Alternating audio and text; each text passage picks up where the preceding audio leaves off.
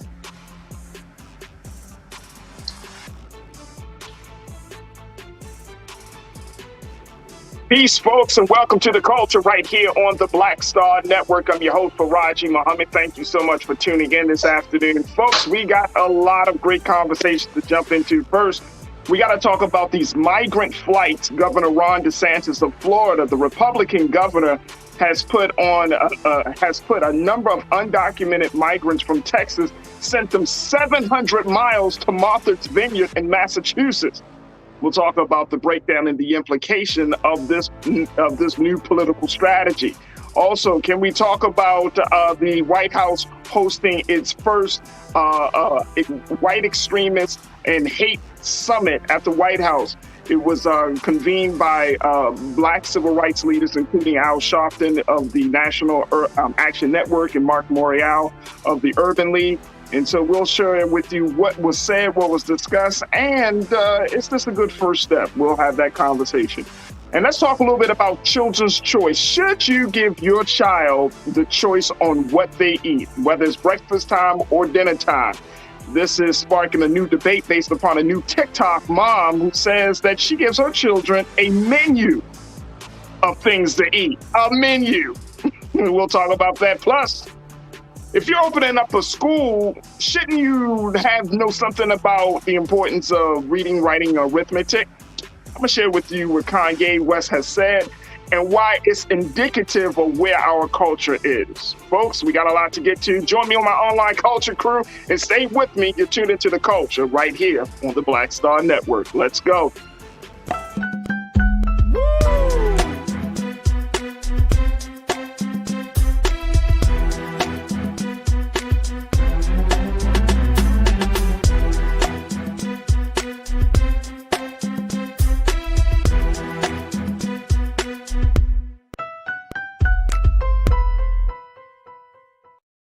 Folks, welcome to the culture right here on the Black Star Network. I'm your host, Farajii Muhammad. Thank you so much for tuning in. Big shout out to my online culture crew. What's up, crew? What's peace and what's popping? What's going on? Folks, I'm so happy that you're able to join me this afternoon. We got a lot of great conversations. Plus, of course, we got our two dynamic culture crew members. We got Iman Heath, who's going to be joining us in a few moments. She is an activist and an entrepreneur, and then we're also joined by Lise Winnie, who is a podcaster. She's an activist and an advocate, and she's host of the Millennials Anonymous podcast. She's going to be joining us in a moment as well. And of course, I want to make sure that you are a part of the conversation, because no conversation is complete without you. So we'll certainly welcome your comments. But we got a lot to talk about, so let's jump right into it. First and foremost, have you been hearing about these trips that Republican leaders around the country are doing for undocumented migrants, those who are coming into, various states, Republican-led states, and how Republicans, Governor Abbott, Greg Abbott of Texas, the Republican governor down in Texas, he's been doing this for months, folks, where he takes undocumented migrants to Texas and shoots them somewhere. He sends them somewhere. You might have heard the latest story where they, some undocumented folks was shipped to the home of Vice President Kamala Harris. just hundreds of people dropped off, literally just dropped off right there in her backyard, right there in her neighborhood. And so it's been taken to a new level now with Republican Governor Ron DeSantis of Florida, who decided that, you know what, I am going to rip a page out of the Trump playbook. And I'm going to talk to you a little bit more about that in a moment. But this is what the governor did last week, folks. Check this out. He took undocumented migrants from Florida and from Texas, out of Texas, shot them 700 miles from the Florida state line to Martha's Vineyard in Massachusetts. And of course, we know Martha's Vineyard is one of the hot spots and what they'd say for liberal celebrities and former presidents such as Bill Clinton and former President Barack Obama. Now, this is what Mr. DeSantis said as to why he decided to take plane loads of folks and just send them someplace. Check this out. Keenan, let's show this quote, bro. He said, check this out, and this was last week when he did this, 700 miles from the Florida state line. You can take a look at there, folks. He sent these undocumented migrants out of Texas to Martha's Vineyard. And he said, quote, they were homeless. This is what he said about the migrants at an event on Sunday, this past Sunday in Green Bay, Wisconsin. He said they were homeless, they were hungry, and they hit the jackpot to be able to be in the wealthiest sanctuary city in the world. Wow. Now, it was just reported by the New York Times that the ambitious governor is betting that the tactic will not hurt the re-election race in Florida. He's up for re-election in Florida, folks. He said, and then this reports that the nation's largest political battleground and will I'm sorry about that. And looking at that, also will re-inject, the issue of border security into the midterm election. As voters remain focused on economic uncertainty and abortion rights, it remains unclear whether immigration will gain a major foothold in the final weeks before the election in November. Wow. All right, I'm going to bring in my crew here. Let's bring in Lise Winnie. Let's bring in Iman Heath. Let's hear what they got to say. And I'm going to share with you some more details about this crazy-ass political stunt that the Republican governor's done. Lise, Iman, thank you so much, ladies, for being a part of the conversation as usual. Lise, what do you make of this? What do we say about now? Let me just say this: Democrats, of course, on the other side said this is quote unquote un-American. They said this was inhumane, and they basically said, "Bruh, what the f? Like, what is wrong with you?" And he knows it's a stunt. He knows it. He absolutely knows it. But what do you make of it, Lisa?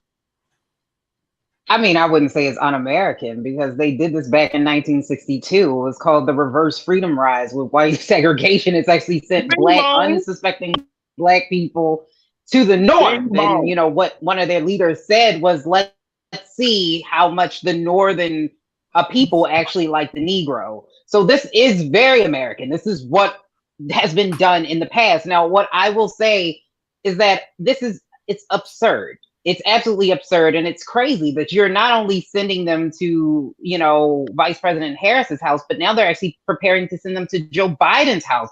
Delaware is now, waiting for these migrants to come because they've gotten wind that there may be a bus of migrants from Florida that are actually being sent to Joe Biden's home in Delaware. I don't know what the end goal will be, but I think that DeSantis is playing to his voters. They very much want to hear this. He got a standing ovation in Florida over the weekend. This isn't going to hurt him at all. And we do need to look at immigration policies and how we're handling this in the U.S. But, and whether or not he actually did commit a crime here. Now, moving them is not necessarily a crime. You cannot smuggle immigrants, people who are immigrants in the U.S. across state lines. However, the immigrants there actually had been screened and he moved them. The issue is the fraud, like whether or not they actually were willing to get on this plane or the bus. And even Arizona has done this, their governor there, whether or not the immigrants knew where they were going, because some of them thought they were going to Boston to go get expedited asylum papers. You can't do that. So let's see what actually happens in the legal system with DeSantis. But right now, I don't think we're going to see this in, Texas has sent 2,000, I think Arizona about 1,800, and DeSantis has sent 50. And then this new this new plane that's going to Delaware. I don't know what we'll see with this, but it's definitely a tactic. It's a crazy ass tactic, Iman. And if governors, Republican governors, are so bold as to do this, brazen, blatantly, out in front, they're not running from it. It speaks volumes about where we are in this country. But more importantly, DeSantis is up for re-election. Guess what? There was a poll that was done. New York Times, Siena did a poll. 51% of people believe that the Republicans handle the illegal immigration issue better than Democrats. So how many people, do you really think that people are going to push back on this? This is what the Republican trumpets, this is something they would probably cheer for. The part for me that is not hard to understand, but like, what the hell is, when it came to abortions and abortion rights, it was the Bible says this, the Bible says that, God will condemn you if you do this and do that. However, you're using actual human beings as political pieces to prove a point, or to show that you're the big bully, or to show that you have the bigger balls. At the end of the day, it's like they said, it's inhumane. There have been plenty of cases since, I believe, April. 12,000 people have been sent to sanctuary cities with the information, thinking that they were getting this or getting that, when that wasn't the case. You sent, most of the time, people who it's hard for them to speak English or understand English, to Massachusetts, to a vineyard, and gave them a map and said, good luck. Then you send them to Kamala's home. Now you're sending them to Delaware, to Biden's home. It's like it's a character show at this point. Like, let me show you how I can really get back at you as much as possible to make a point that, hey, this is an issue. But nothing is being solved. It's simply like a back and forth catty ass young girl show between Republicans, Democrats and Republicans. Right. And here's the thing, sis. And this is my concern, that he is so arrogant and so sure that he's going to get reelected, that he actually might get reelected, even with a political stunt like this. Lisa and Iman, Florida is a Republican stronghold. It's become like the new central, new hub for Republican. Trump is down there. You got DeSantis down there. You got a lot of Republican folks that are down there. So this might not really do anything. I mean, in the larger conversation, yes, we're going to always be, oh my gosh, this guy is crazy, boom, boom, boom. And it might hurt his election chances on the presidential side of things.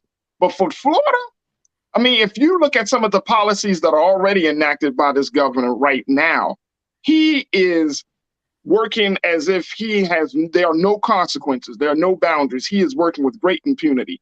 And that's the concern that I have, that we're not going to really see any type of punishment, any type of consequence on this, leak. I don't think so. I mean, you also have to look at, Florida used to be purple. I think right around Bush, I think that's when we started to see it go more red. It used to be purple, and there are places where there are big Democratic strongholds in Florida. But I don't think we will see a lot of repercussions for this, because, like you mentioned earlier, a lot of people see Democrats as not handling immigration well, and Republicans use the same talking points, that Democrats want open borders. Democrats want open borders. This is Joe Biden's fault.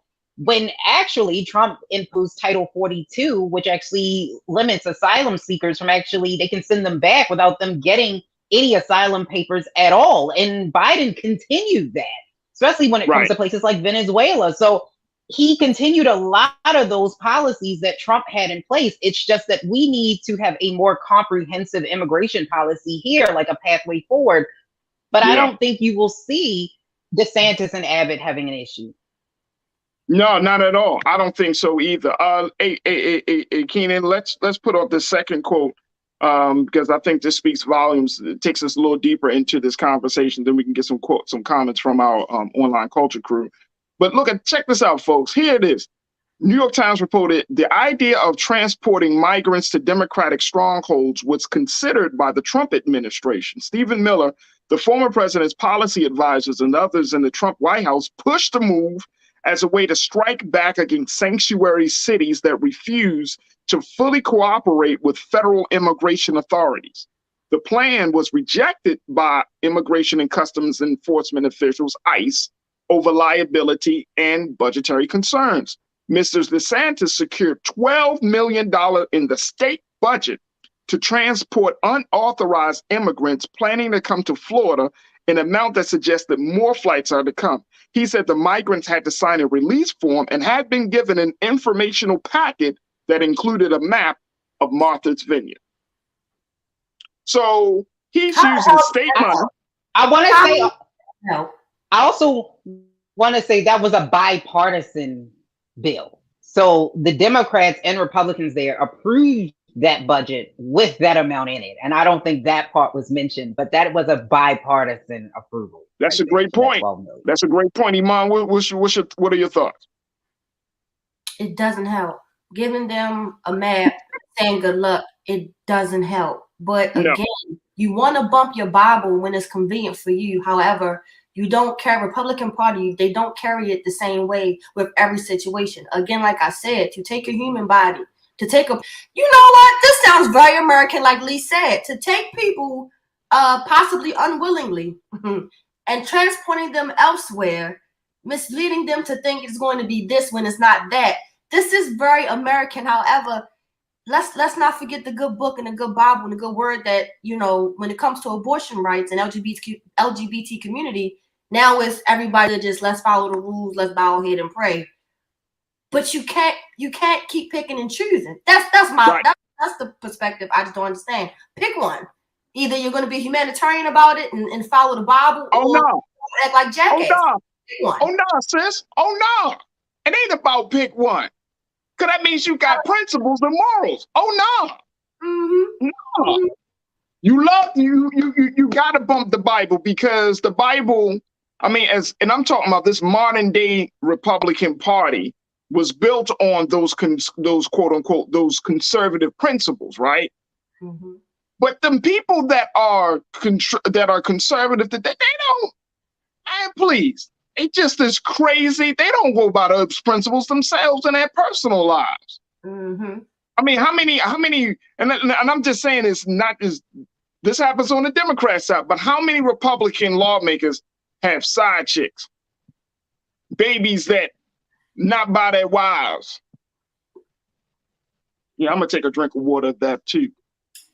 Come on, let's be for real. It's the whole, like, I'm the holier than thou approach that we see coming from this party. Like we're real Americans and we're real religious people. Get out of here. It doesn't look like. Get out of here. It doesn't look like. It's not. And you know what? And I personally, and I use the term because this is the terminology that we see in the national vernacular. But what the hell does it mean to be real American or un-American? This country has broken all the rules when it comes to human rights and civil rights, right? And treating people fairly. So when you're talking about being real American or un-American, what the hell are you talking about? Because what's the standard? The line is right. Has this country, in its 400 plus year history of this country, at what point has this country have shown they have created a standard on how to treat people right? Y'all tell me. But to be American, I think what they mean is whiteness to a lot of people in this country means you are truly American. Right. I get that. But guess what? The whiteness, come on, we don't have to go down no long list. We could just look over the past 25 to 30 years. We don't have access to the same whiteness, white privilege that comes with just being the color you are. You don't even have access to that. So hell, I'll never be a truly American, ever. No, we don't have the same access. And guess what? We don't have the same rights. Exactly. We just don't have the same rights. So when we're talking about that, go ahead, I'm sorry. Go ahead, sis. No. Go ahead. You might make my point. So go ahead. No, I was just making a point. Like, we just don't have the same rights. So therefore, to Iman's point, like the privilege and the rights and the ability to move the way you want to move, that's not happening for Black and brown and Native American and even Asian American. It's just not happening, right? Like, it's moments like this where you start to look and see, you realize, you know what, damn, I'm still at the bottom. Like, I still don't have autonomy over my own life. And the sad part about it, like the immigration situation is so crazy now that for the average American, we're still trying to wrap our minds around like whether it's a good thing or a bad thing. You know what I mean? Like, you want to make sure people get out of a crazy situation they might experience at home. But honestly, because we look at American media, we really don't know what's going on in some of these places. We don't know if the people that are coming over are just mad as hell just because their government, they don't like their government. So they create the narrative, oh, the government is a threat to humanity in this part of the world and that part of, we don't know. We don't know. Unless you visit, unless you live in those places, you don't know. I mean, some of the countries is pretty documented that it's pretty bad there. But what I will say is that here you're right. When it comes to us not knowing, a lot of the people that aren't in the border states don't have to deal with a lot of the issues that come along with you having an immigration problem. But I think we don't want to demonize immigrants, because this country was founded and built not only from Black people, the labor of Black people, but also from immigrants. When you look at the railroads, in California and all of those types of things, when you see the jobs that a lot of these immigrants do, they actually did a study when they had Americans do these jobs, especially a lot of the jobs in like farming, picking strawberries and things. They quit. They did not want to do those jobs, and those jobs just didn't get done. Now, those are places that we have glaring holes in this country where we cannot find people who want those jobs. And you have people who are coming in who will work those jobs. I think absolutely we can't just have anybody and everybody come in here. We don't have the capacity to do it. But we do need to figure out a way that we can make a pathway forward, because the immigration process here is not the most simple process. It can take years. We're talking about people that have been here for 20 years on visas. It's not a simple process. So to streamline that and to figure out that these people do bring value. You know what? And you're right. But the thing about our immigration system is, even though the legal and the technical part of the immigration process takes a long time, we don't just kick you out in this country. You literally can still work in this country, right, while you're awaiting your immigration status. So to that point, yes. You know what I'm saying? And there are so many complexities, because at the root of it, and I always try to look at, okay, outside of the policies of how people get here and all of those things, and really at the root of it, do we want to be a country where we open our doors to the world, or do we not want to be that country? And I think that's the fundamental question of when it comes to immigration. If we don't want to continue to put ourselves out there as this haven, this sanctuary, this heaven on earth from your native home, if you don't want to put it out there, I think then we need to have a different conversation.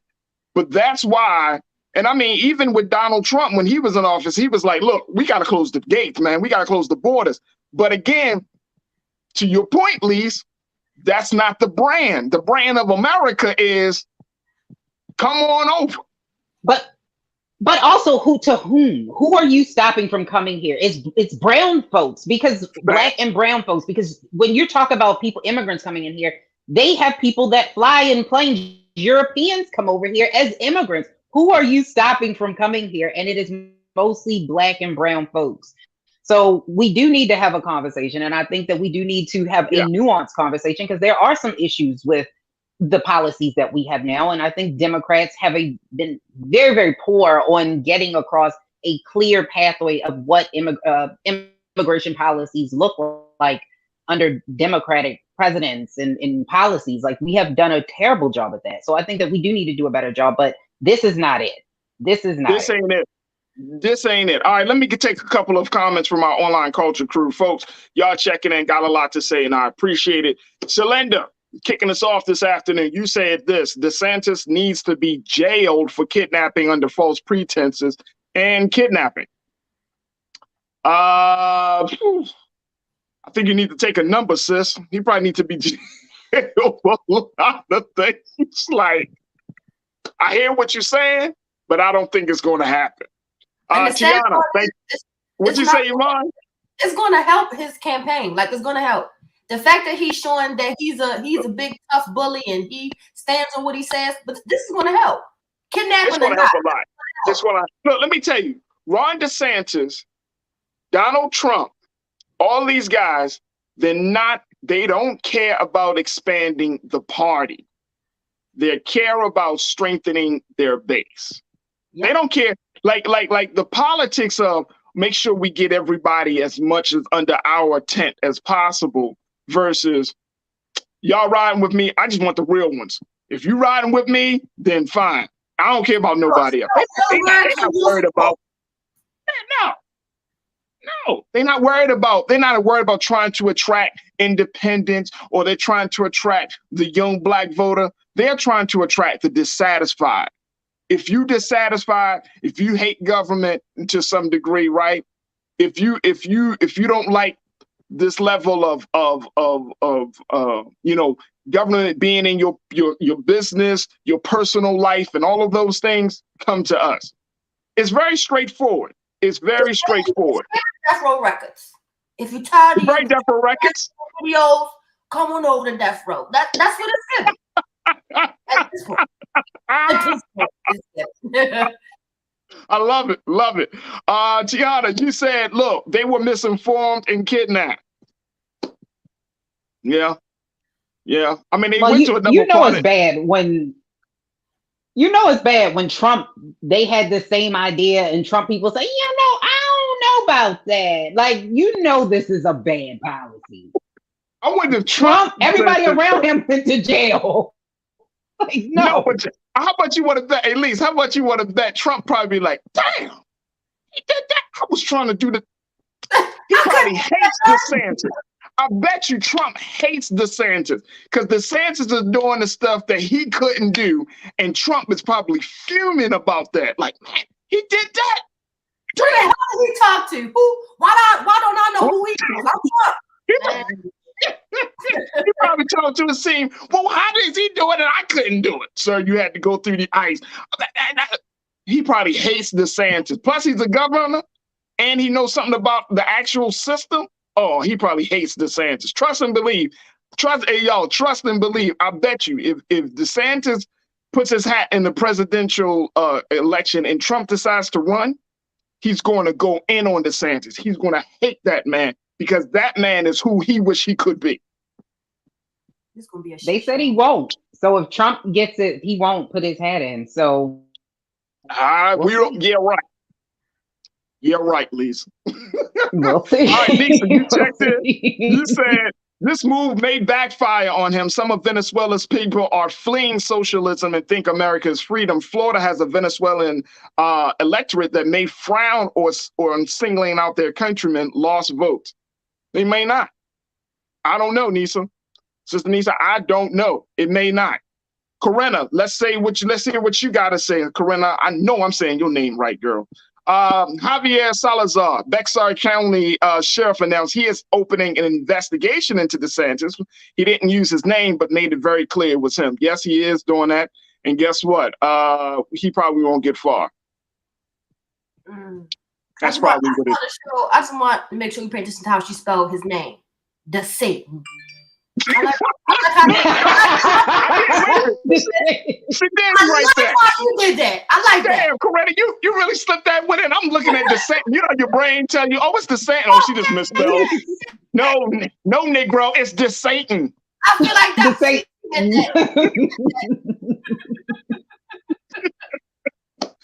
Chris V, you said what I want to know is who is all the money getting pocketed that Florida taxpayers are paying for this stunt? Facts. There's no way it costs over $600,000 to fly 50 migrants from Florida to Martha's Vineyard. Right. Right. If I was a taxpayer, independent contractors. Let me tell you something. Real talk, as we close out on this part of the discussion. If I was a taxpayer and you using my money for a stunt like this, your ass is gone, son. Like everybody in Florida, and I'm talking about black folks, brown folks, whoever, y'all need to be voting that joker out. Seriously. There's no way in the world he should be reelected governor after all of this stuff that he's done.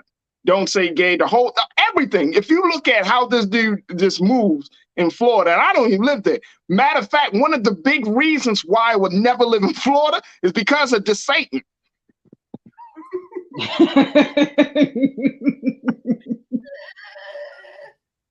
And, you know, I can't do it.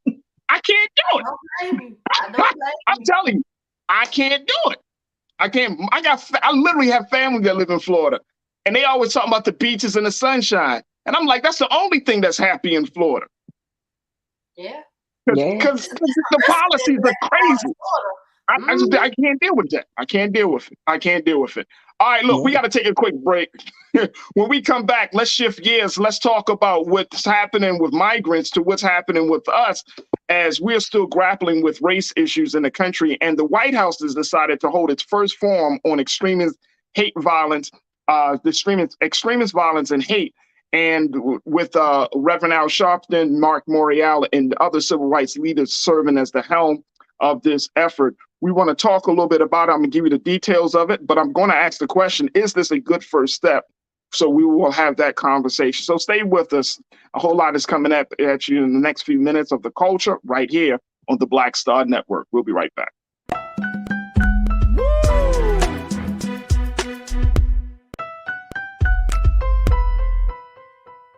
Hatred on the streets, a horrific scene, a white nationalist rally that descended into deadly violence. White people are losing their damn minds. An angry pro-Trump mob storms the U.S. Capitol. We're about to see the rise of what I call white minority resistance. We have seen white folks in this country who simply cannot tolerate black folks voting. I think what we're seeing is the inevitable result of violent denial. This is part of American history. Every time that people of color have made progress, whether real or symbolic, there has been what Carol Anderson at Emory University calls white rage as a backlash. This is the rise of the Proud Boys and the Boogaloo Boys. America, there's going to be more of this. Here's all the Proud Boys, guys. This country is getting increasingly racist in its behaviors and its attitudes because of the fear of white people. The fear that they're taking our jobs, they're taking our resources, they're taking our women. This is white fear.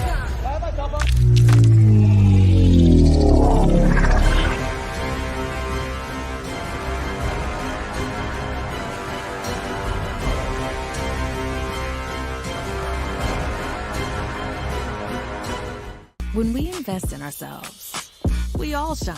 Together, we are black beyond measure. When you talk about blackness and what happens in black culture, we're about covering these things that matter to us, speaking to our issues and concerns. This is a genuine people-powered movement. There's a lot of stuff that we're not getting. You get it, and you spread the word. We wish to plead our own cause. Too long have others spoken for us. We cannot tell our own story if we can't pay for it. This is about covering us. Invest in black-owned media. Your dollars matter. We don't have to keep asking them to cover our stuff. So please support us in what we do, folks. We want to hit 2,000 people, $50 this month, raise $100,000. We're behind 100,000, so we want to hit that. Y'all money makes this possible. Check some money orders. Go to P.O. Box 57196, Washington, D.C. 20037-0196. The Cash App is $RM Unfiltered. PayPal is R Martin Unfiltered. Venmo is RM Unfiltered. Zelle is Roland at RolandSMartin.com.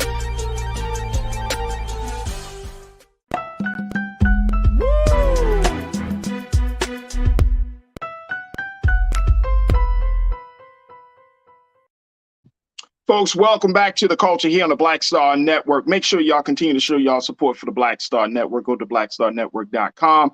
to financially support us in the great work that we are striving to do each and every day on this network and on this platform. And of course, even if you can't give money, make sure you share the content, tell your friends and family about it, download the app for free. And also while you're there, make sure that you follow all of those who are on the Black Star Network, including yours truly. You can follow me at The Real Farajii on my Instagram, Farajii on Twitter, and Farajii Muhammad on Facebook, as well as make sure you follow us all, whether it's Dr. Jackie, or if you're talking about Deborah Owens, or you talking about, Tech Life Step, anybody that's on this platform, make sure you follow us, stay connected. We would truly, truly appreciate it. All right, folks, I wanted to have a second conversation talking about something else. And I think that many of us probably didn't know was happening, which is the White House continued efforts to try to address the issue of extremist violence and hate in the country. Now, we know that President Biden has come out against MAGA Republicans, as he termed it, to talk about the level of extreme violence that we're seeing, not just from January the 6th, but also from that point all the way up into this present day. We're seeing a number of violent attacks, hate-filled attacks that are happening, from the shooting at Tops Supermarket to other unfortunate national tragedies.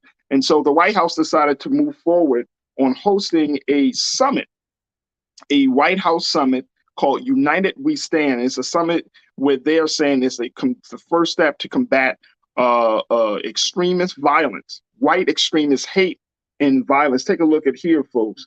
And this was a summit that was done on Thursday, this past Thursday of last week. And it was an event that brought together civil rights, women's rights, and religious leaders, among others, to address what the White House notes as a rise of hate and violence in the United States. Now, take a look at this, and Keenan, let's pop this on there. Thank you, sir. It says the day of the summit also marked the 59th anniversary of the 16th Street Baptist Church bombing in Birmingham, Alabama, where 4 Black girls were murdered by members of the KKK. This is the report coming from our sister, April Ryan from the Griot. She noted that civil rights leaders Al Sharpton and Mark Morial, president of the National Urban League, were 2 of the leaders behind the push for a White House level forum to Democrats for Democrats and Republicans, along with civil rights and faith leaders, to collectively call out and seek policy solutions to the issue of hate-fueled violence and white nationalism. Man, oh man! Now this is something that Reverend Sharpton said. He said that, quote, "We can't keep fighting only in our particular silos. We need to come together." In talking about the importance of the summit, he said during his remarks, President Biden publicly called out social media companies and the need to hold them accountable for, quote, spreading hate and fueled violence on their platform. He urged Congress to, quote, get rid of special immunity for the tech companies and impose much stronger transparency requirements. I want to bring back in Lise and Iman to talk a little bit about this White House summit. And I'm just posing the question, is this a good first step? I know that people have said this is a good first step, but I'm wondering, because we are in touch with our people, right? We're talking to folks that aren't privy to some of these spaces. So I'm wondering, is this a good first step? Iman, I'm gonna start with you on this one. Do you think this is a good first step for the White House to hold a forum like this, led by our civil rights leaders, women's rights leaders, and others?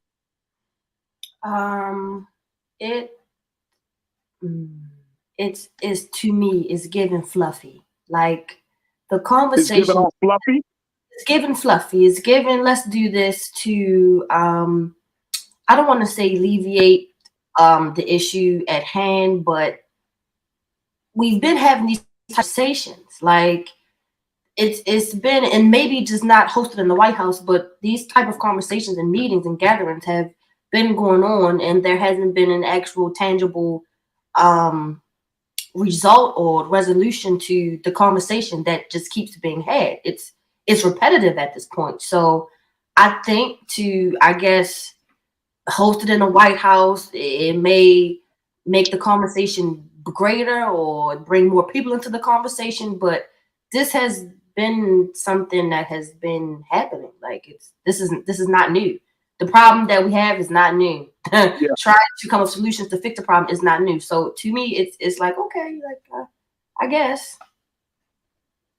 So where did we? I mean, and I think too, Iman, to your point, is like this is such a big thing, right? And at least I appreciate the White House trying to do something. You know what I mean? But it's such a big issue, and it's like, do we have all of the voices at the table? Did we make sure that the victims of hate crimes in this country are heard? You know what I'm saying? It's like, where do we start in something like this? And I think that's the big part. And again, I'm not going to just crap on the White House for trying to do something, but I just don't want it to get, like Iman is saying, so fluffy and so like blase blah. And it's like, oh, another conversation about policy that doesn't translate to, say, action in the streets, that doesn't translate into, you know, stiffer consequences for those who do commit hate crimes. Where do we start with this? I mean, I think that this is a good first step if you want to make it known that this is what you stand for. I think this is a political step. I think you're right. Maybe it should have been a little bit more open to the public. There should have been more people involved, more conversations being had while you're there. When you look at the statistics, most of the hate crimes in this country are committed against Black people. And so I think maybe opening up that broader horizon, it's great to have Al Sharpton and a lot of the religious older leaders, but maybe bring in some of those young folks in there. Like you said, maybe bring in some of the people who have actually experienced some of these hate crimes or have not, you know, had a chance to really get a platform. We're not talking about the ones that you see, but maybe the ones that you don't see, like actually having a platform, an open platform for them. But I'm not going to knock the White House either. I think that this goes a very far place, especially with midterms around the corner, for them to actually make this stance when there's a lot of Republicans who are saying that Democrats are doing identity politics. So for them to go out there on a limb like this, I think it's saying a lot. And on top of that, when you look at the history of where people were on civil rights, like look at even with JFK and RFK, they weren't always for desegregation. Like this wasn't what they were for, but it was when they actually started to get involved with the civil rights movement and people like Dr. King, when they actually started to make sure that not only was RFK out there and making sure with voting rights with JFK, but also for inequality, and that there were African Americans who were starving in their own country, and he went after that part and making sure that economic equality, he wouldn't have known that had he not been involved and not had these conversations. So they're very much needed, and I hope that we continue to have these conversations, just adding in more people. Yeah, I hope so too. Divine X, you checked in and you said is the first step in anti-Black hate bill. A lot of people have been talking about, you know, where is our hate bill, considering that the Asian community got some level of protection from the government. Like the first 100 days of Biden's administration, when they got in, the bill was signed, sealed, and delivered. We got to do some research though, because like there were bills that we have civil rights bills on the books, and I think a lot of people don't. I'm not saying we don't need more, we don't need to go further, but we have them on the books, and people still commit those crimes. We do need to do something in this country. I'm not saying we don't, but we have those on the books. And when you look at the anti-Asian bill, it was fluff. There's nothing in that bill that really is going to change anything. There's nothing in that bill that really made a difference. It was all fluff. So we can't just say, well, I don't want that. If that's what you want, they can slap anything together and pass it. I don't want that. Keep it. Here's what I would rather see. And I'm agreeing with you this on Lise. Here's what I'd rather see. If you want to stop hate, then why don't you empower Black folks? Like there's always, there's that old saying, I believe it was Frederick Douglass, is like, if you want to stop, and I may be really wrong on who I attribute it to, but they said the saying was, if you want to destroy white supremacy, then you have to basically elevate Black excellence, right? So I think that from that vantage point is like, we always try to, and I'm saying from a organizer's point of view, if you have a negative force coming at you, then saying what you don't want another negative force to combat an incoming negative force, it doesn't always work. What may need to happen at this point is that the negative force that's coming after needs to be overwhelmed by a positive force. Well, what is the positive force that we can give? What can we do? Maybe we can do something where police reform is stronger. Maybe we can do something where we can look at the RICO laws, and just because you got 3 black men hanging out together, they don't automatically seen as a mob or a gang. You know what I'm saying? Like, maybe it's those type of efforts, like going in the direction of, okay, let's look at the current policy and see how we can take that further along versus trying to create new policy. You know what I'm saying? Because I agree with you, Lisa. I feel like we got all these policies on the book, but then it's like when it comes down to implementing these policies or enforcing these policies, it becomes all up in the air. And it's like you got legitimate stuff already on the book. I don't want to reinvent the wheel when it comes to changing the condition of black people in this country. I think we just need to do what we say we're going to do. If you're going to do a police reform, then let's do it. If we're going to do voter rights, then let's do it. That's how you empower people and you get people to feel better about who they are. That's what I'm thinking. Iman, am I wrong on this? Yeah. You're not wrong at all. I don't think you're wrong in that aspect, but I also think we have to take responsibility to empower ourselves. I will say that. I don't think that we should look to any type of political or government officials to empower us. It need, like how children, their behavior starts at home. We have to start with us. Another takeaway from this conversation as well that they had was focusing on social media and cracking down on their terms and conditions as far as hate speech and things as such, right. And not showing violence as much. But I think that we shouldn't take that route. I don't even think social media should have been a topic of conversation because, for me, I don't watch the news. So seeing where do you get your news from outside of Black Star Network? Social media. Social media is one of my news outlets. Now, I'm not saying everything on social media is accurate, not at all. However, no. I think when something, this saying, out of sight, out of mind, if they start to crack down even more on the violence that we see or don't see, it's going to get to a point where it's like, okay, we don't see it, so it may not be happening. So I think we need to continue to see it on social media platforms. Now, I'm not saying, for example, PNB Rock, may he rest in peace, when he was killed, it was a video on social media of him literally laying in his blood. I don't think we should see things like that. However, when it comes to police brutality, we need to continue to see that, because again, outside of mind, we don't see it, then it's not happening, but that's not true. So I think that's going to take us backwards if we limit social media to what they can and cannot say or allow. I think social media should be regulated. I think social media has played a huge part. I think social media has played a huge part in shaping the narrative or shaping the content and creating the context on how we have these discussions, because we see it on social media. There's a piece that the USA Today just put out today talking about propaganda through memes. And a lot of misinformation is through a simple image, those little memes that we love to laugh at. Some of them are funny and some of them could be highly political and incorrect. So, when we put out certain things and people share those memes, people share posts and all of those things, right? But I think social media continues to kind of add fuel. It fuels to the fight. It gaslights conversation every day. Right? And it needs to be regulated in some way, shape, or form. It's so powerful and so big, yet it has no accountability.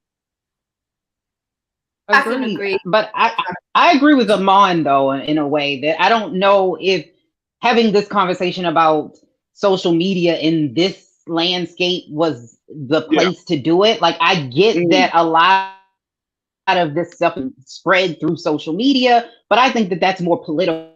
I think they're starting to bring in, because you saw everything that went down in 2016 and in the 2020 election with all of the information that was being passed along on social media. So I think that was more political than racial.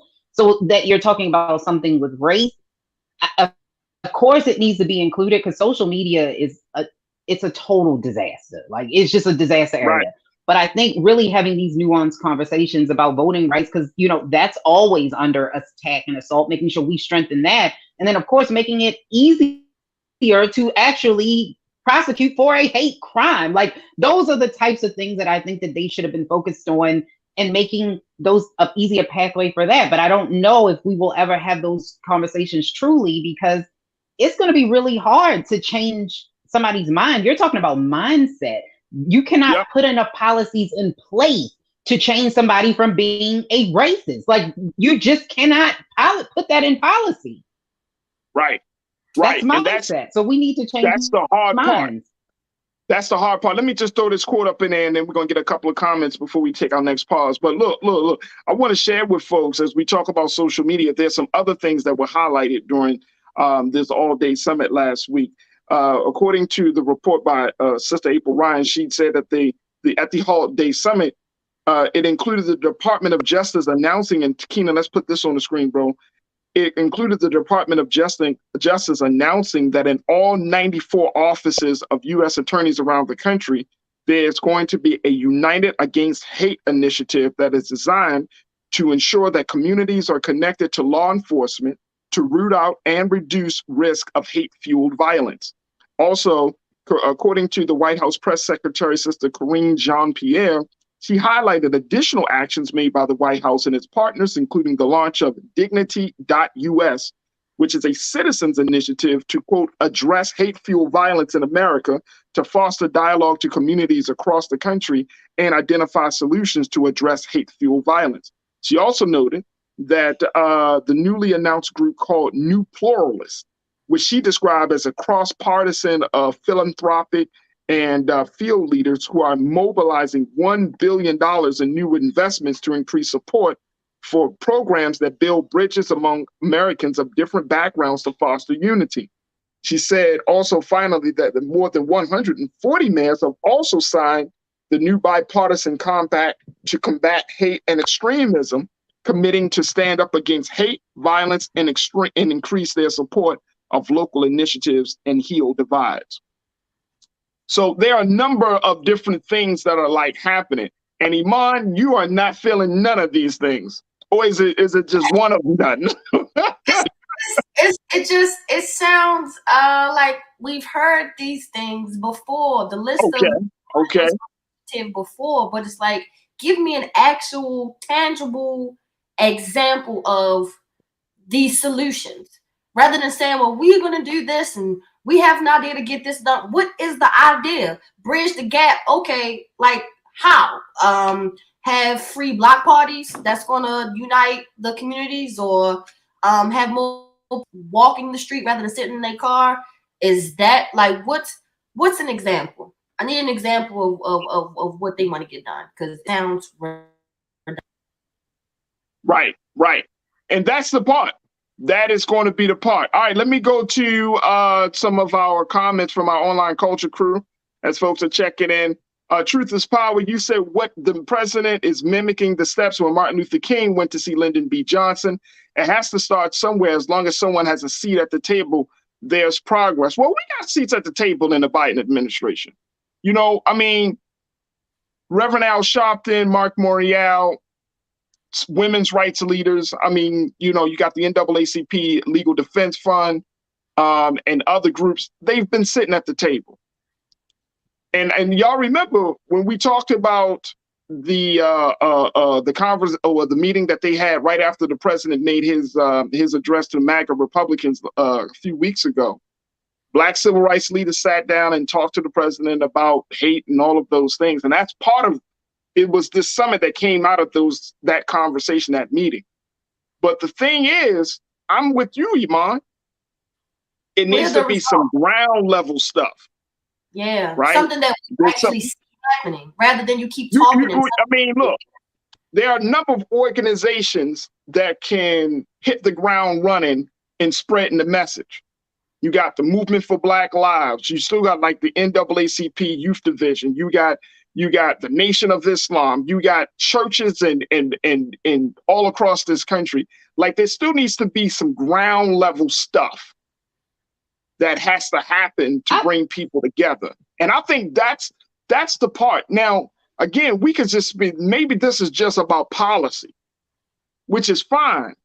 But I don't want to get wrapped up in policy talk or push a new policy, and then we got old policy that is still good for the interest of all of us, that's just lying dormant on somebody's desk. And that's the thing, you know what I mean? And I think at least we're not seeing that level of connection. Maybe the White House is going to do it, but all of this stuff that I just laid out is on policy level, institutional level, and not ground level. Agreed, but again, it's local. Like the federal government only has but so much power over state and local government, right? So you also have to have these conversations in your local area. I honestly think that some of the biggest issues with what's going on with, you know, hate in this country has to do with economic wealth. So you have a lot of people who automatically, they don't have, inflation is high, people aren't growing the way they want to, so they look for somebody to blame because, you know, Lord forbid you look at yourself, but people usually look outside of yourself for a person to blame. And who is that? That is the Black people. It's Hispanic people. They're looking for somebody to blame. So I think that it starts there. And I'm a big believer in having these conversations, like, you know, Ms. Ryan said, of actually bringing people together. If you don't know a Black person, the first thing you're going to do is believe whatever it is that you see. So I do think that we need to have these conversations, but not just in the Black community. I think we also need to have this is a white problem. Why are white people not in these conversations? Like, can we start there? Yes, y'all are the problem. Let's start there. Let me reword that. White supremacists are the problem. The racists are the problem. Why the hell aren't they at the table as well? The victims, we need help. We getting shot in churches. We getting shot at the supermarket. Okay, but the actual representatives of, I guess, I'm not saying the Ku Klux Klan president sitting at the table. However, why aren't they there? The people who need to be held accountable for their bullshit, why are they not here at the table? The victims, we keep crying, we've been crying for years, crying for decades, crying for centuries. What about those who actually are committing these crimes against us? Where the hell are they at? At home watching CNN? No, they don't watch in the Congress. That's they don't watch Fox. They're on those chats. They had the black in the black. They're on Reddit and some of them other ones, right? All right, so this goes back to my statement, and I agree wholeheartedly with both of you. This goes back to my statement of not looking at a situation from a different perspective, because this is the same, and Iman, you've been saying this is the same thing we've been talking about, right? This is the same direction. You got to look at this thing differently. You got to look at this thing. We're victims. So we are the oppressed. If the White House, Mr. President, Madam Vice President, if you really want to make a dent in the narrative about race in this, about hate in this country, you need to call out, not just call them out in a presidential address. You need to sit down with these guys, because they're willing to sit down with you. You know what I'm saying? Like, one of the things that I'm learning about the Proud Boys, Oath Keepers, and all, these guys are giving interviews. These ain't like, they ain't hiding behind no sheets, man. They're like giving interviews. They're talking about their issue. So that means that what that says to me, ladies, is that you can, okay, you want to sit down and talk. You want to talk about what you want. Maybe that's the time to do it. Maybe that's what we need to do. Let's get the less hot-headed ones to come to the White House. If you want to have a hate summit. What could be something that they want that wouldn't negatively impact us? Like, what is something that they would want that wouldn't oppress us even further? That's my question. I mean, and let me answer this. Let me answer this, and y'all tell me if I'm way off base here. You know what they want that would not affect us negatively? Separation. Oh, I'll take that. Martin Luther King said, He led us into a burning building unknowingly. We can take y'all can tell me if I'm wrong, but let me hear me out on this one. And I'm saying separation in like they will literally probably say, y'all take this place, this state, we take this, and this. How do I know? Because the KKK has said that, and to the most honorable Elijah Muhammad, they have said that publicly, they have said it behind, they want separation. They don't want nothing to do with us. And I'm just saying. As long as it's equal, I take it. I don't want Jim Crow. I'm not legally signing No, up this for ain't Jim Crow. No, I ain't talking about Jim Crow. Jim Crow ain't separation. I'm talking about. I get what you're saying. You're saying separating this. Right. I get what you're saying. But to me, it sounds like Jim Crow. Anything that a white supremacist is okay with, I am not.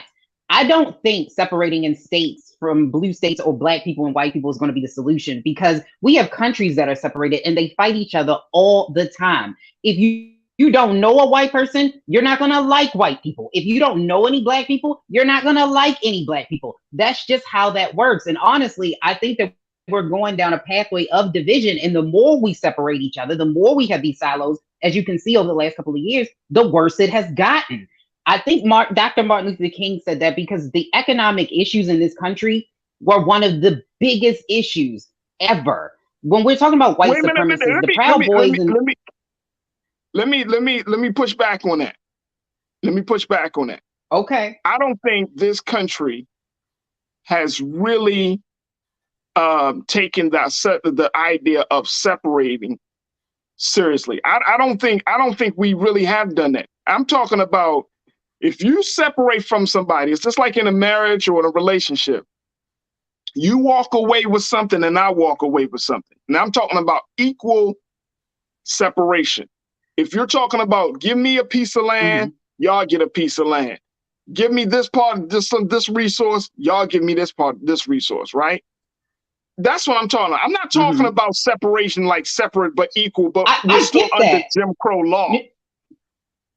No, I get that. But even with your example there, if you have a divorce and you walk away with something, it's never even, because a lot of the times we do not look at the problem, and you take that same problem into another relationship and hurt someone else. And then it goes outward to the people around you. You never solve the problem if you do not actually have that conversation to sit down and fix what's going on. And if we separate, we will not fix those issues. You might as well break us up in separate little countries, and because there's no way it would work. You cannot have a house that is divided that will stand. It is impossible. That's all I'm saying. I don't think that is the solution. I think trying to find ways to work together is better. And I think that look, and as we got to take a quick pause, but there have been so many efforts of separation or not separation, so many efforts of a mutually beneficial, integrative society. And we're still seeing hatred, not from Black people. Because Black people don't go around burning stuff and throwing bombs and stuff and tearing. This is not, and this is for my white watchers. But if you separate Black people, we will still have issues. Like, we need to stop this illusion that if we separate, it's going to be perfection. Look, here's the thing. And I'm talking about between Black and white. I'm talking about, how do you stop the hatred, right? How do you stop the hate-fueled violence? And somewhere along the line, white people, particularly those who ascribe to that sort of thinking, they have to be called to account, right?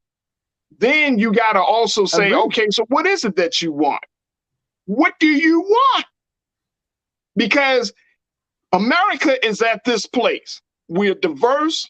We're more multi-generational, more multicultural than we've ever been in the history of our time in this country. What is it that you want? But I don't know if people really, I'm not talking about, I think that the conversation is so big that, like, it would have to take the White House. It would have to take the White House to be the arbiter of that conversation. But you got to have certain people in the room. I'm going to end on this.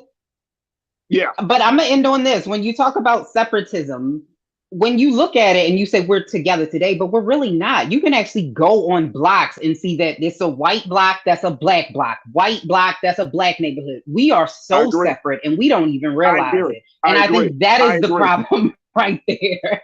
I agree. Look, we're separated among black people. Agree. We're separated among black people. There are some black people who don't think that that we can live in a separate existence outside of white support, outside of a white oriented structure. So there are some black people who say this will never work. And I see some people in the chat that say this will never work. But it had worked. Y'all remember Tulsa?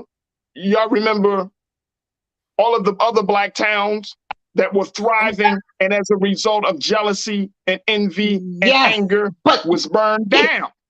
It worked for black people up until a point, but this is my problem. The separatism is what caused it to get burned down.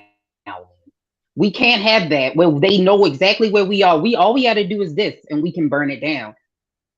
No, we need to figure out a way. I feel like to work together.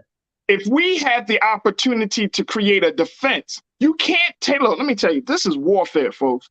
You can't separate from America and then not have an army to protect you at the same time. Oh, so you're talking about leaving the country.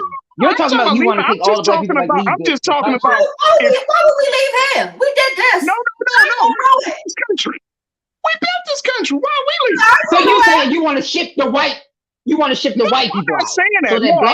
No. I'm not saying that at all. Okay. I'm just simply saying that what we saw in Tulsa, what we saw in Rosewood, it was a situation where we thought, and our people probably thought they were federally protected, right? From policy, because that was a policy. Y'all get your own space. Y'all do your own thing. At the time, we thought, okay, American government is going to protect us. Then those travesties, those massacres occurred, and guess what happened? We weren't federally protected. So if that's the black state, people ever thought they were federally protected. I think they thought we were leaving them alone. We're doing what they told us to do, and they're going to leave us alone. And that is not what happened. So I know we were leaving them alone, but no, that's exactly what I'm saying. They came to Tulsa in order to, hurt black people. I don't think black people ever trusted the government. Do you know any black people that ever trusted the government? No, but you got to remember the time frame, though, Lise. No, I'm just saying at the time, at the establishment of that 100 years ago, you just getting out of chattel slavery 100 years ago, where we certainly wasn't in the culture and the sentiment that we're in right now. Yes, we believe the government. I think we believe the government. Hell, we believe the government 50 years ago. Hell, we believe the government today. I think we believe what we want to believe when we want to believe it. Hey, look.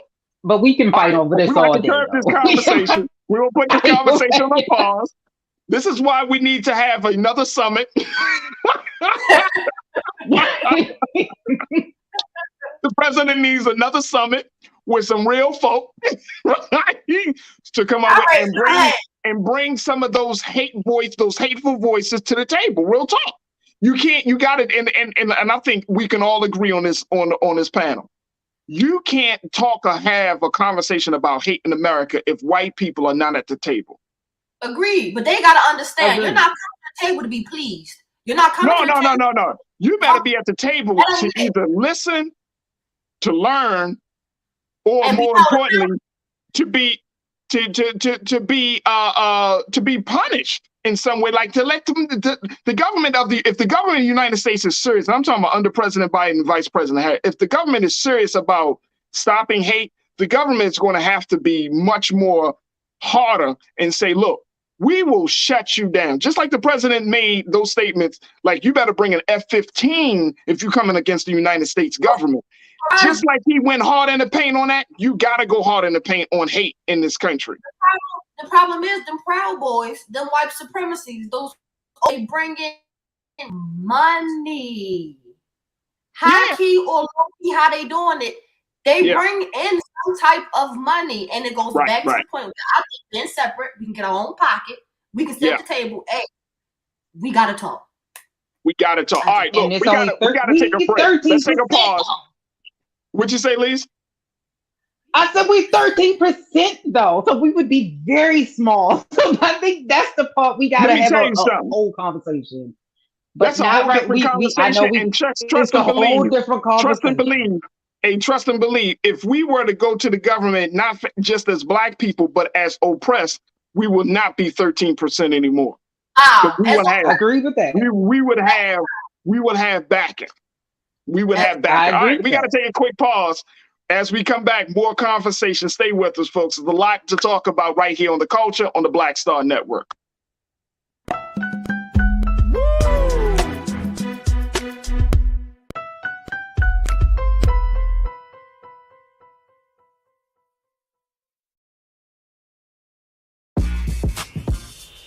When we invest in ourselves, our glow, our vision, our vibe, we all shine.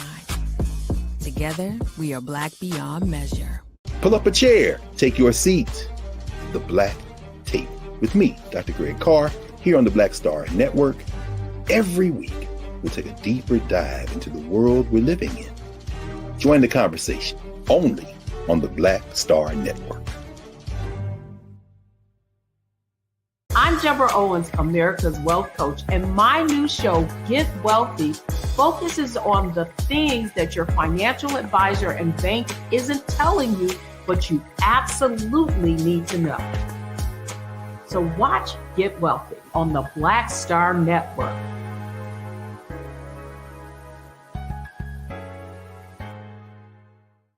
Hi, I'm Dr. Jackie Hood Martin, and I have a question for you. Ever feel as if your life is teetering and the weight and pressure of the world is consistently on your shoulders? Well, let me tell you, living a balanced life isn't easy. Join me each Tuesday on Black Star Network for A Balanced Life with Dr. Jackie.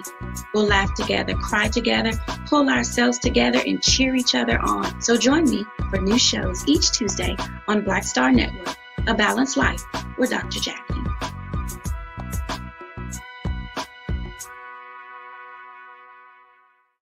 When we invest in ourselves, we all shine. Together, we are Black beyond measure.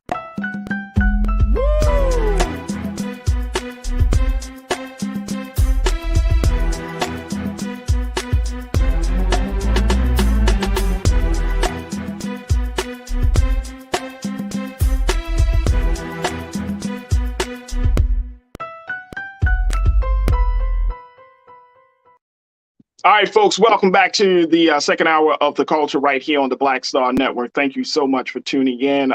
We truly, truly appreciate that. Make sure that you continue to support us and go to blackstarnetwork.com and support us as we are striving to reach get many new subscribers and get many new supporters for this Black-owned media and this institution that we have. So go to blackstarnetwork.com.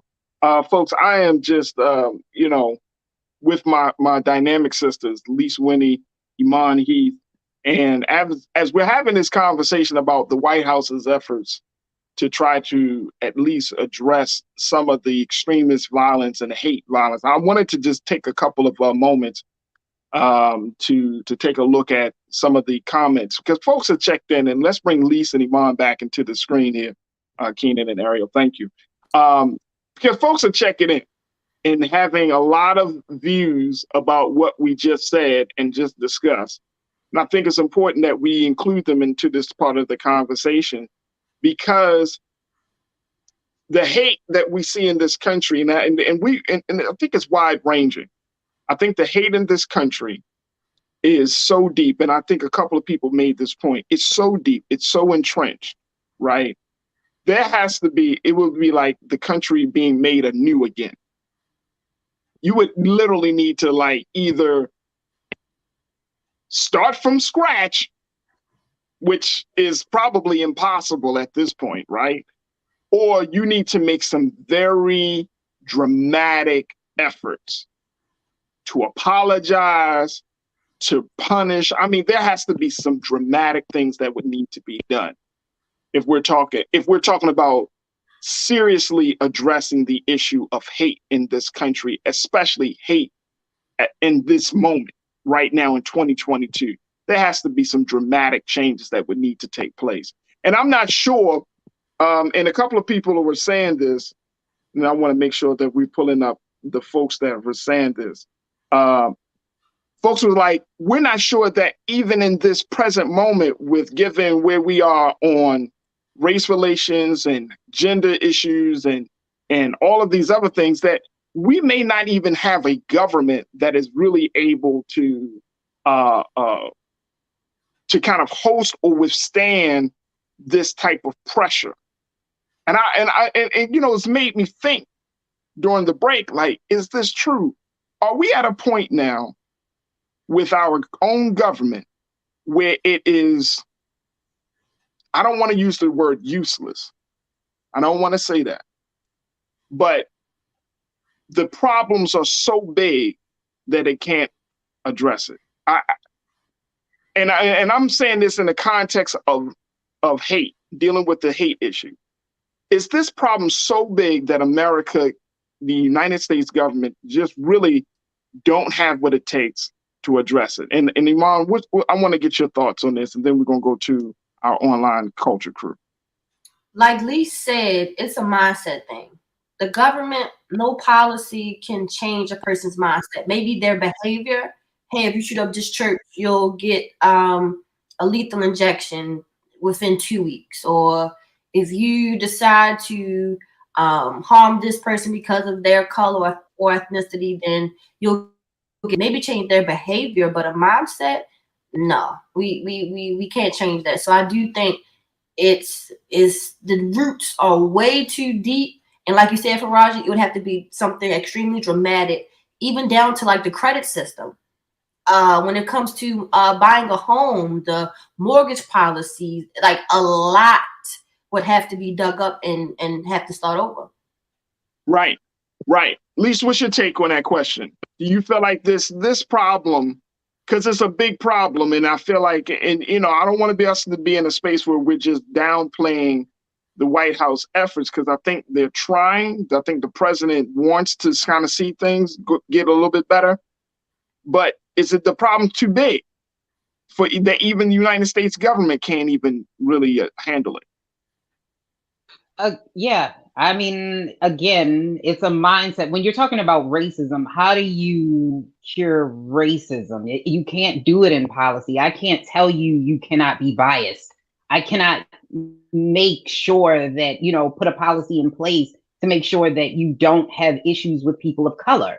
It would be very hard to do that. So I think the only thing they can do, sort of like what Iman said, is put things in place that people get punished for hurting other people and making sure that the economic system does work. I agree with her 100%. I think a lot of the issues that African Americans have in this country stem from the fact that slavery ended. They didn't give us anything. Our families pretty much had to dig themselves out of the bootstrap. And all while they're doing that, they are building up walls and literally red line and tape to keep them in this box so that they can never financially grow in this country.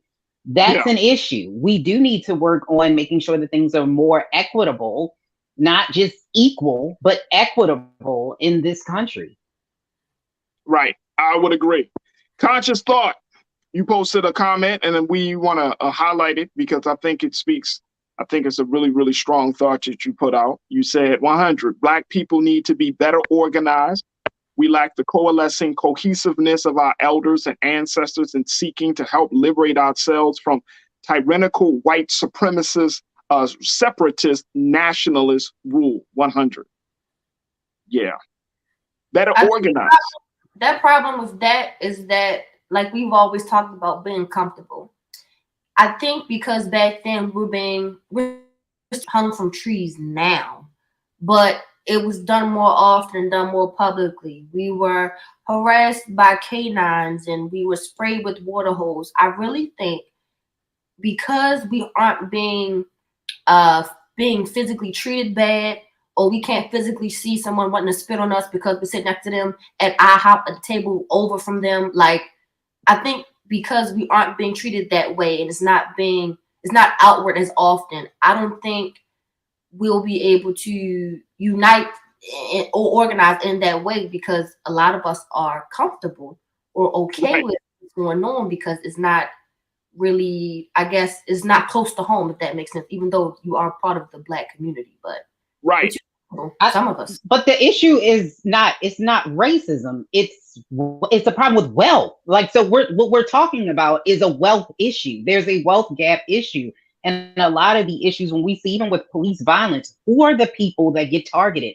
Poor Black folks. I'm not saying that cops don't go after wealthy or Black people, but when you see it concentrated, it is in the poor Black communities. We need to focus on economic freedom, economic equity, economic justice, and I think we will start to see things get a lot better. But I think that we focus on all the other things around it and not the root cause, and that's it. It's wealth.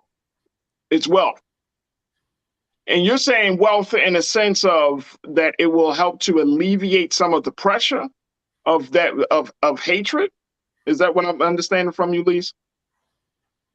I think that it'll alleviate a lot of things, because then now you have a chance to actually sit in spaces that you wouldn't. So you dictate who sits there.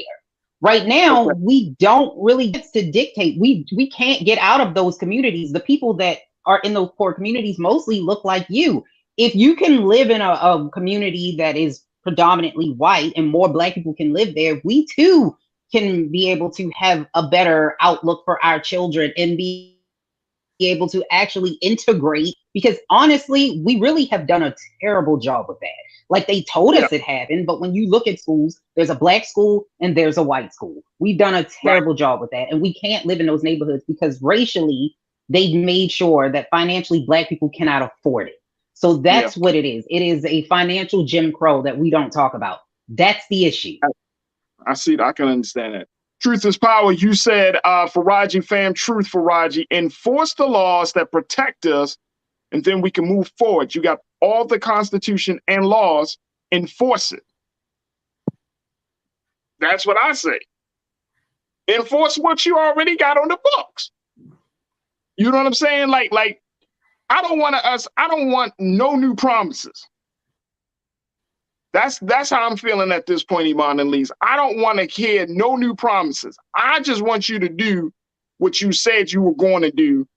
And if we got some loose ends on the policy side, let's get that done first, because the new promises, that stuff is going to, man, then you got to go through the process of getting that codified, making that into a policy and all that. No, I want some wins. And I think that the wins 40 acres and a mule. I mean, that would be nice, Lise. It would be nice. You take the mule, but I take the 40 acres. Well, you can keep the mule, but you know what I'm saying? Maybe a John Deere. How about 40 acres and a John Deere? How about that? Because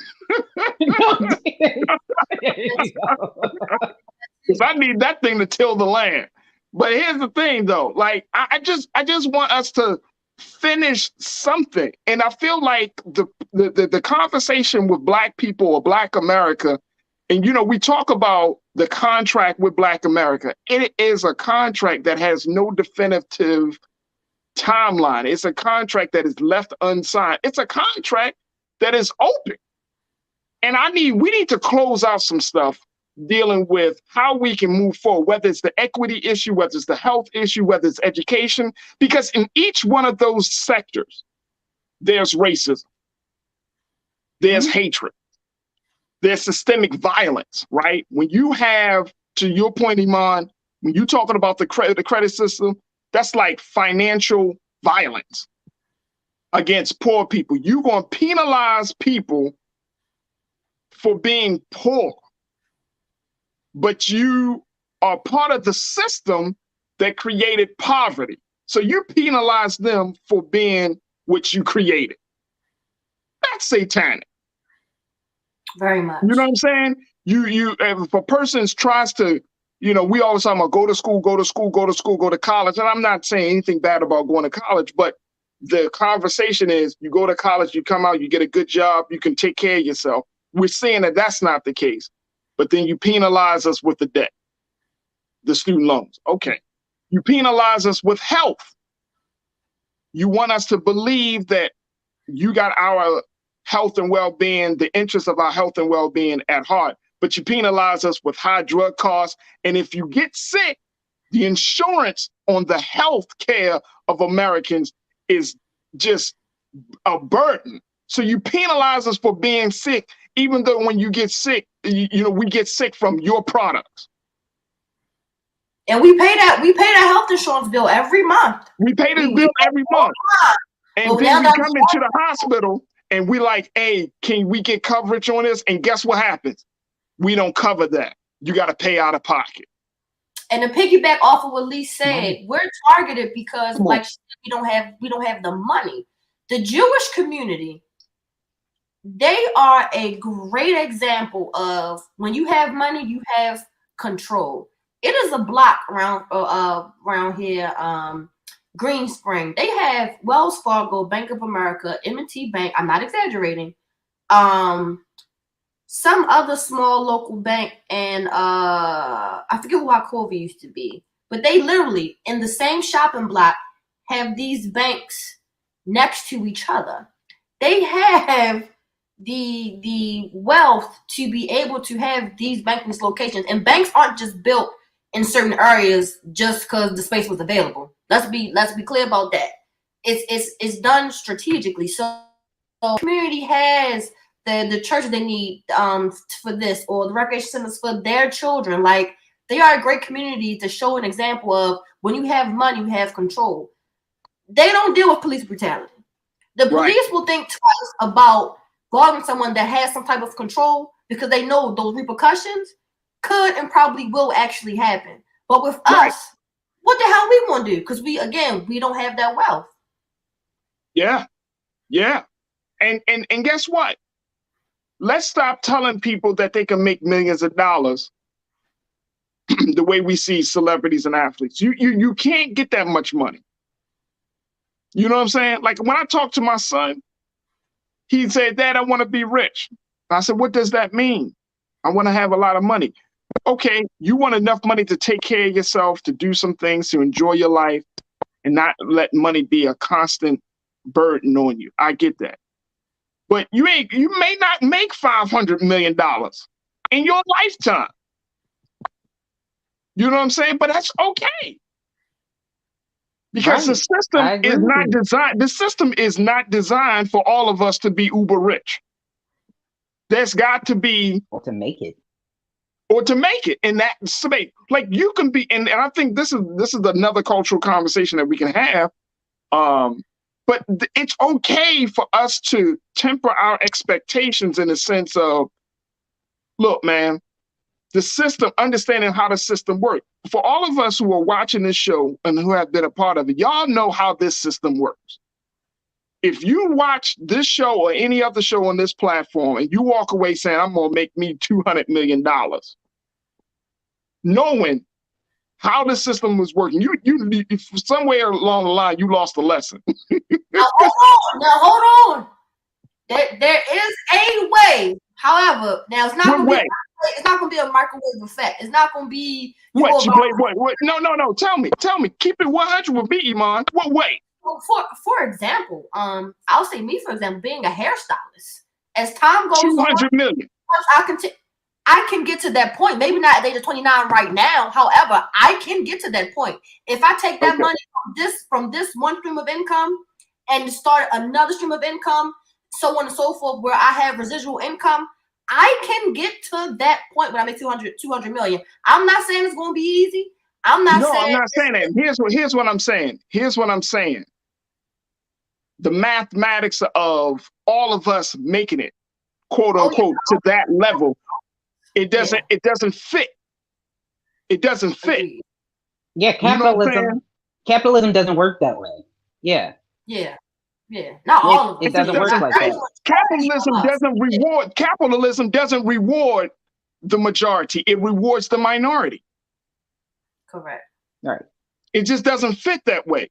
You know what I'm saying? And the way, and so when we're talking about all of these structural things that are happening in this country, And people, I for a long time, I know for me personally, for a long time, when I heard the term structural violence, I just could not wrap my mind around. It's like, damn, what does that actually mean? Structural violence, structural violence. Now I'm starting to see it like structural violence. That means that you give somebody an idea that they can do this.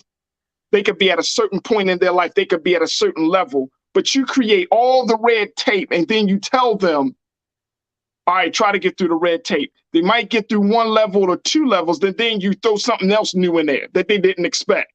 Beat them down a little bit. All right, try it again.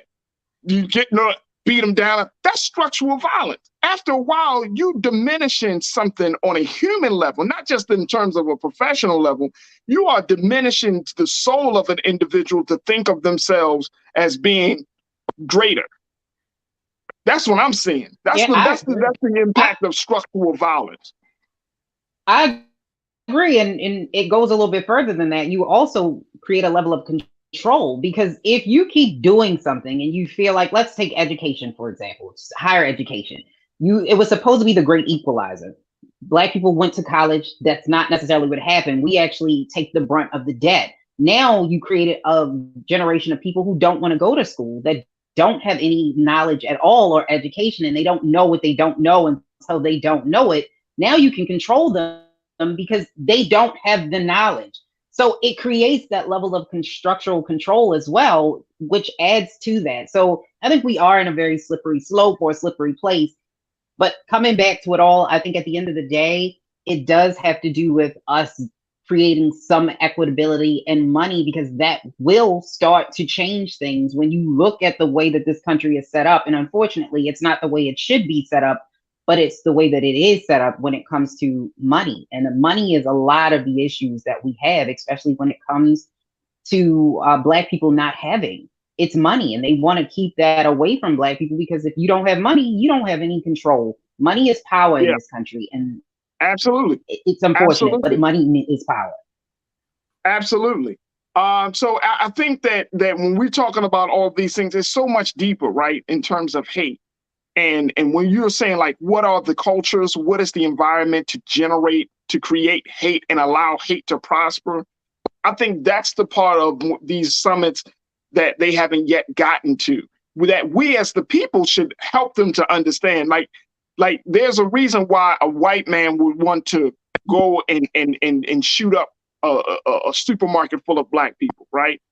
There's a reason that level of hate, that level of they're taking something, they're taking our country and all of that stuff. Like, you got to deal with that. And you can't deal with it from just the victim's point of view. You got to deal with it from the perpetrator's point of view. What's your take on that, Iman? And then we take another pause.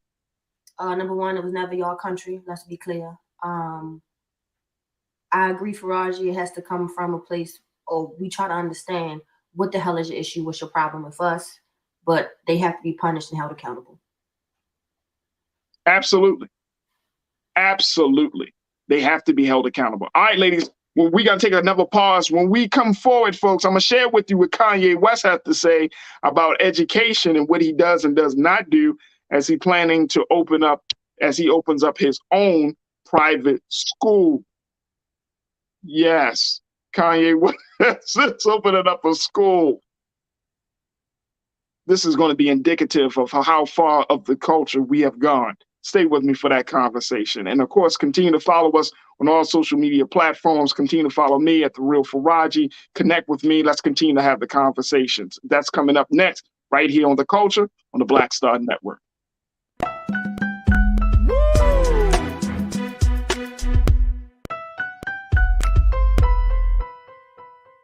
Hatred on the streets, a horrific scene, a white nationalist rally that descended into deadly violence. White people are losing their damn minds. As an angry pro-Trump mob storms the U.S. Capitol, we're about to see the rise of what I call white minority resistance. We have seen white folks in this country who simply cannot tolerate Black folks voting. I think what we're seeing is the inevitable result of violent denial. This is part of American history. Every time that people of color have made progress, whether real or symbolic, there has been what Carol Anderson at Emory University calls white rage as a backlash. This is the rise of the Proud Boys and the Boogaloo Boys. America, there's going to be more of this. Here's all the Proud Boys, guys. This country is getting increasingly racist in its behaviors and its attitudes because of the fear of white people. The fear that they're taking our jobs, they're taking our resources, they're taking our women. This is white fear.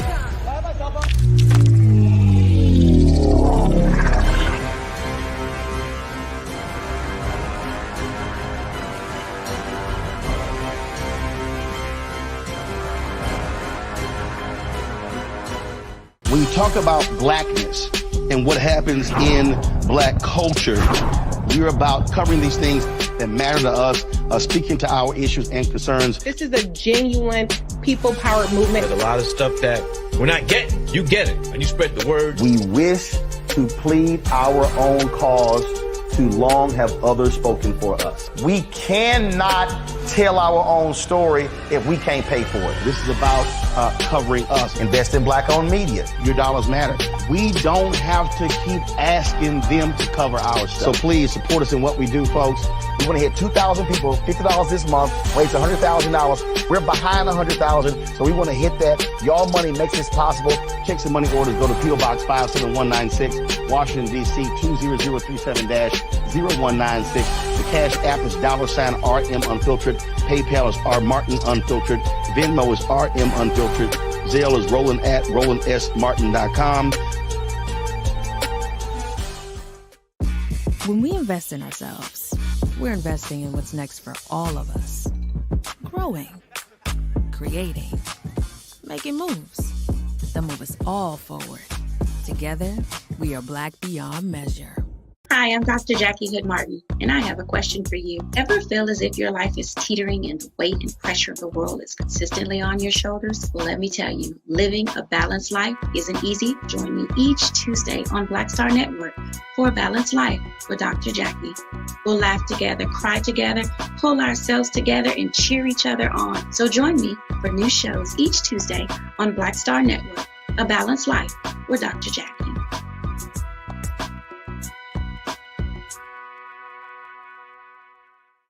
When we invest in ourselves, we all shine. Together, we are Black beyond measure.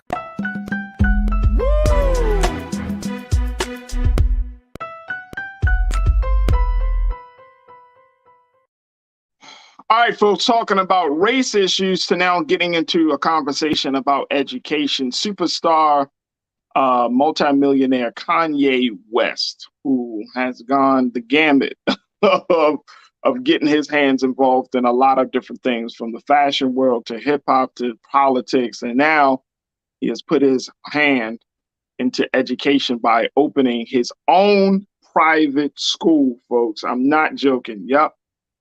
Here's the thing about it. Look at this headline. He recently launched his own private school, which is called Donda Academy, after his mother. May she rest in peace. And in this private school, he's already enrolled 100 students. Now, they have already had to sign non-disclosure agreements as being a part of this school.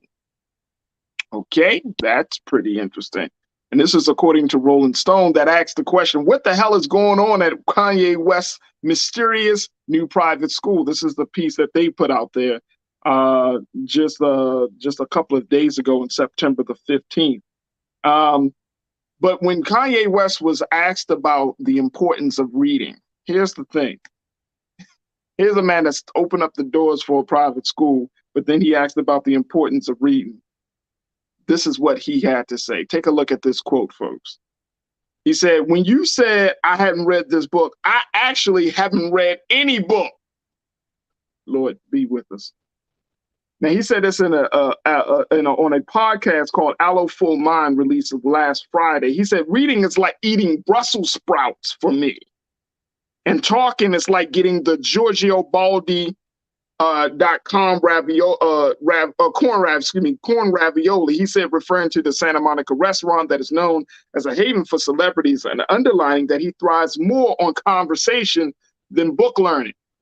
The rapper's comments come just weeks after the launch of his Donda Academy, a new Christian prep school in Simi Valley, California, that aims to provide the youth with the passion, purpose, and spiritual foundations they need to thrive in tomorrow's world, according to its website. Let's bring Lise. I don't want to go any further without having my sisters take this journey with me, because it's going to get dark and twisted like a fantasy. That it is. Interesting. Kanye's Wait a minute. an interesting okay. fellow. All right. Let me just throw it out there. He opened up a school, y'all. But he admits that he does not read. Not even the Bible? He didn't read the Bible? How he know what's in it? Like, I'm confused. Let me just share this. This came from the article as well. Let me tell you how Kanye West reads stuff. And y'all can tell me whether this is genius or not. His take on reading extends from books to cell phone texts as well. He explained that he took the advice of a friend who works in the tech industry, who reads the first and last sentence of long text from his mother, and West noted that he responded the same. This is Kanye West. He said when his mom texted him long paragraphs talking about this friend of his, he said that he was told that he reads the first sentence and the last sentence. He said this person and his brother invented the fastest track vehicle. They put it in G.I. Joe. They have government contracts. This guy is a full-on engineer, works with all geniuses, and for practical, not opinionated, practical technologies. And he only reads the first sentence and the last. What do you think my response was? Same. Makes a lot of sense. You don't even read the full Makes text. A lot of sense. And here's why I say this is indicative of the culture. Because it speaks volumes about how we're surface dwellers. And also, somebody thought that this was a good idea to support Kanye West in opening the school. And there is a culture right now, y'all, that we think that just because you have notoriety and money, that you know how to do every damn thing. And it's getting to be offensive to people who really know how to do certain things. You know what I'm saying? There are real people that know how to be principals, educators, administrators, and you just going to throw up a school and think that that's cool. And then you saying, oh, it's a Christian school. It's a prep school. It's a school for, and then you make the parents sign non-disclosure agreements. You playing. I want to know what Iman thinking. She over Iman, that's why I support Iman first. Iman. I need you to say something for me, because I need you to make sense of this all. Because I am genuinely trying to understand. Like, I don't know where to grab from. My question is, and it kind of excites me though, not gonna lie. You have the parents signing non-disclosure agreements. Why? Are you teaching them something from the books that have been banned? Oh, wait, you don't read. Okay. Are you teaching them about history that the government don't want people to know? But again, you said you don't read books.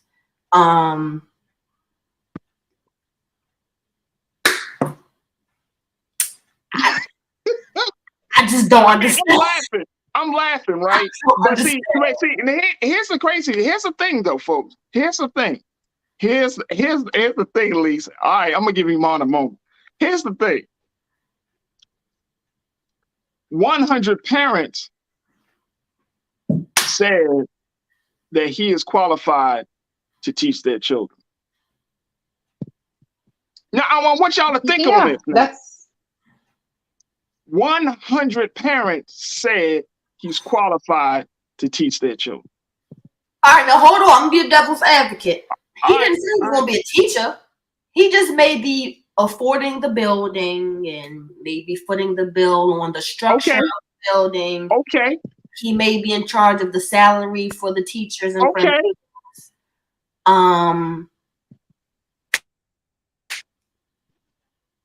But guess what? How much you want to bet? Because it's Kanye West.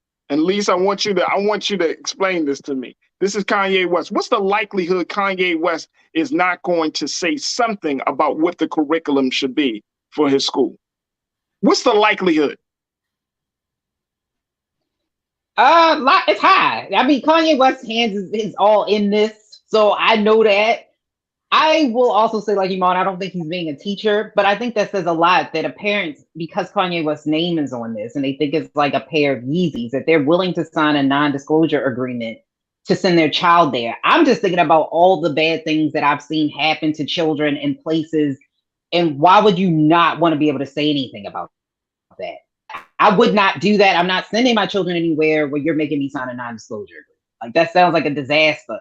But this makes a lot of sense of why Kanye is the way he is, because he, like you said, he's a surface level reader. Like, he's getting the first and the end of the story. You missing all the meat and potatoes in the middle. I don't know who told him this was a good idea. His mom was a teacher, so I'm assuming maybe this is where this is coming from, and he wants to do a tribute to her. But I'm like, Kanye. I know you the college dropout. Kanye, listen. On top of that, Lord have mercy. This ain't it. No, because see, here's why I think that this is, and you know, for those stories, you know how we have those stories, or you come across certain news and you're like, oh, you try to just throw it away. Like, man, that's crazy. The Kanye, wow. But here's the thing, though. There's a number of high profile people who go into spaces and thinking that they can, because of notoriety of money, that they can just go into a space and take over. You know what I'm saying? And for me, I feel like that we got to push back on that from a cultural standpoint and be like, wait a minute, hold up, yo, wait a minute. Okay, you might be funny, you might do a good song, but you ain't no doctor, you ain't no lawyer, you ain't no teacher. I mean, certain professions are already under great scrutiny. Now here come your crazy ass. And then you're gonna bring.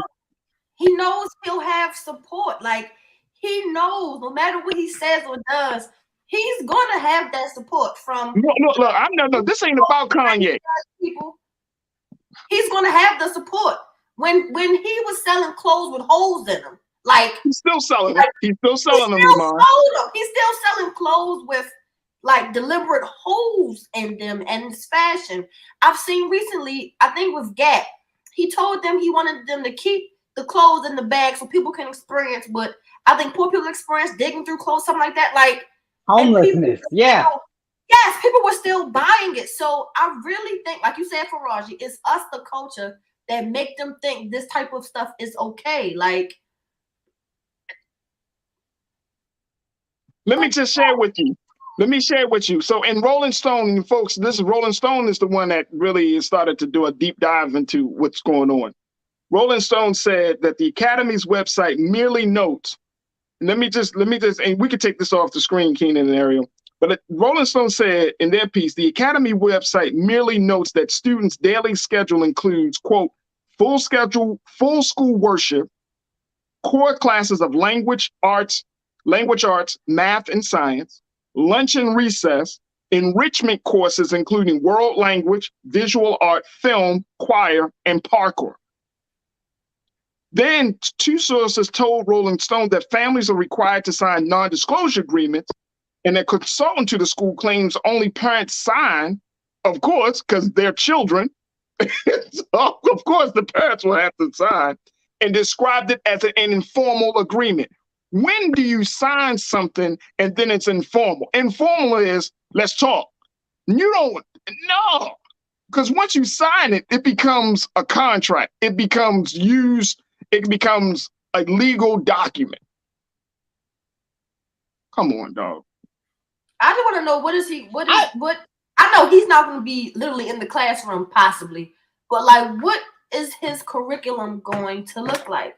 What is it that you're going to be telling these children, or what activities will children be doing for the parents to have to sign a non-disclosure agreement? Like, now I'm excited about the fact that you feel like it's some things you can't get out.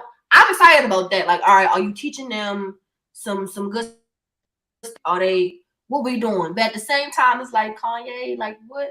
But why? Like I'm on the fence. I'm excited, but like no, I ain't on the fence. I'm sorry. I'm not sending my kids to nobody's school that made an album called College Dropout in them Space Boots 11. I'm not doing it. Not now, not ever, not because them kids gonna be making them Space Boots 11s. You got them signing this non-disclosure agreement. I don't trust it. I don't believe it. I don't trust it. There's no way that I didn't hear anything about math. I didn't hear anything about science. So you mean to tell me you just going to send children to school and not be able to read? Stuff. Come on, let me just share with you more. Let me share with you more. Yeah, I'm telling you, and this is crazy. This is crazy, man. This is crazy. The school is not yet accredited. Still looking to hire instructions. The person that they have in this poor system, the person who's listed as their principal on the website and executive director is a sister named Breon Campbell, who leads the school's choir program. Rolling Stone has learned that Campbell has never held a formal position as an educator. According to her resume, her closest brush with a teacher position appears to be running her own piano, guitar, and singing tutoring business headquartered from her apartment. That's teaching. That's teaching. That is teaching. That is a form of teaching. Jesus walks. He said that. Kanye West had a whole song that said Jesus walks, but Jesus didn't say do this. Jesus didn't say do this. Nope. Nope. You might as well go get a mechanic and have him be the principal. Nope.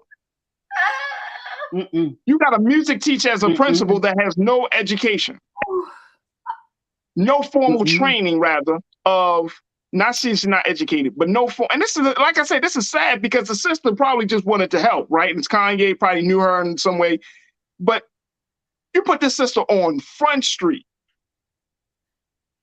with no credentials. You know how they say, like, how you make it. How some jobs, you know, stop. But listen. It requires a degree, but really, it's about experience. Like, no. We're not running schools that don't require. No. We ain't running no school where you don't have a degree. You're gonna learn on the job, like no.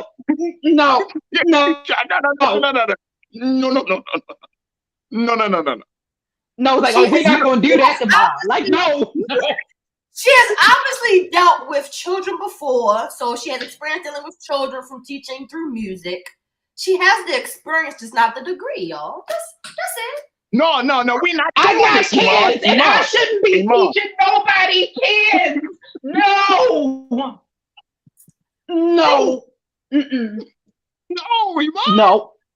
My bad. My bad, y'all. No. See, experience is one thing. Like, and let me just say this. And this is real talk. In the field of communication, for example, right? Like the field that we all work in now, right? The field of communication, you don't necessarily have to have like a PhD in communication, right? You can have a master's. You can decide to go get a PhD, right? But it's not necessarily a requirement. Now, in field of education, you need all that. You need all of that because credentials mean everything. Being certified means everything. Not at Donda again. Not at Donda. That's their slogan. Credentials don't matter. Not at Donda. No, because I agree with you, Farajii. I agree with you. In this particular case, experience and knowledge matters. This is the building blocks of the doctors and lawyers that we will have in the future. I don't want to be on an operating table getting surgery and the doctor say, I learned this on YouTube. Like, I know there are certain things that you need to know and have done and experienced. Teaching and molding young minds is one of them. You have children who have IEPs, you have special needs children. These are things you cannot just learn on a job. You need to have experience and knowledge of those things prior to starting on Monday. No, this is not going to work. No, Kanye, shut this down until you do not proceed. Do not pass go. Do not collect $200. This is not it. This is not good for the culture, y'all. This is really not good for the culture. And again, I'm bringing this up because one, he opened up a school and folks may not have known that. And two, he says that he doesn't read. So that's problematic for me. That's problematic I for me. wonder if he read his non-disclosure agreement. Like, I wonder if he read that. Come on. He must have read it because he interpreted it as an informal agreement. He read the first and last. That's it. You an NDA, and then he looking at the NDA. He's like, but this don't mean nothing. This is just an NDA. Kanye, you ever a substitute teacher?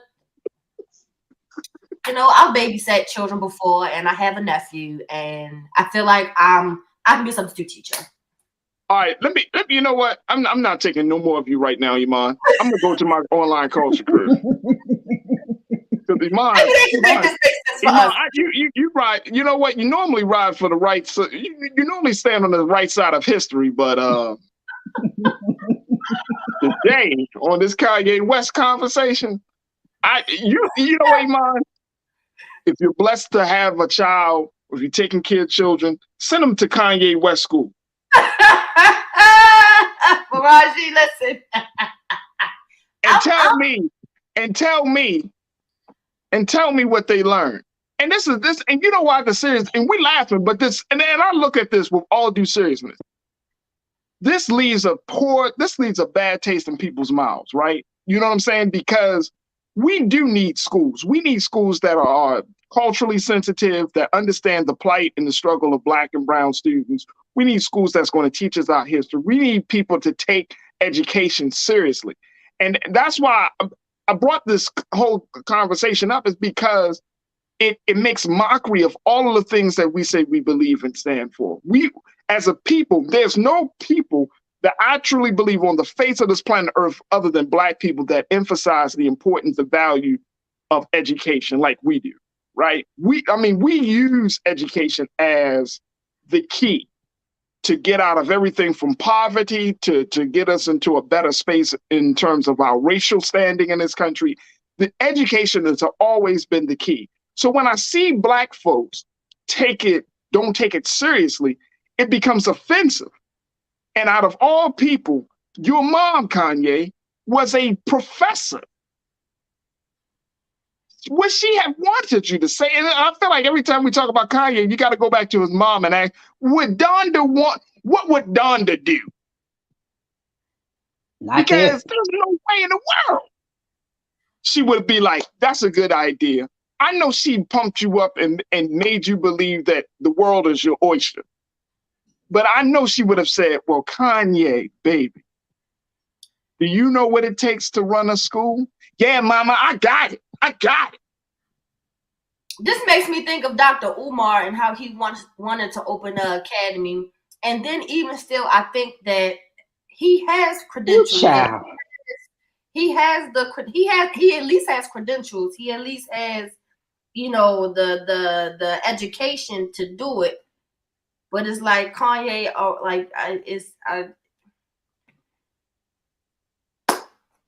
go to our online culture crew.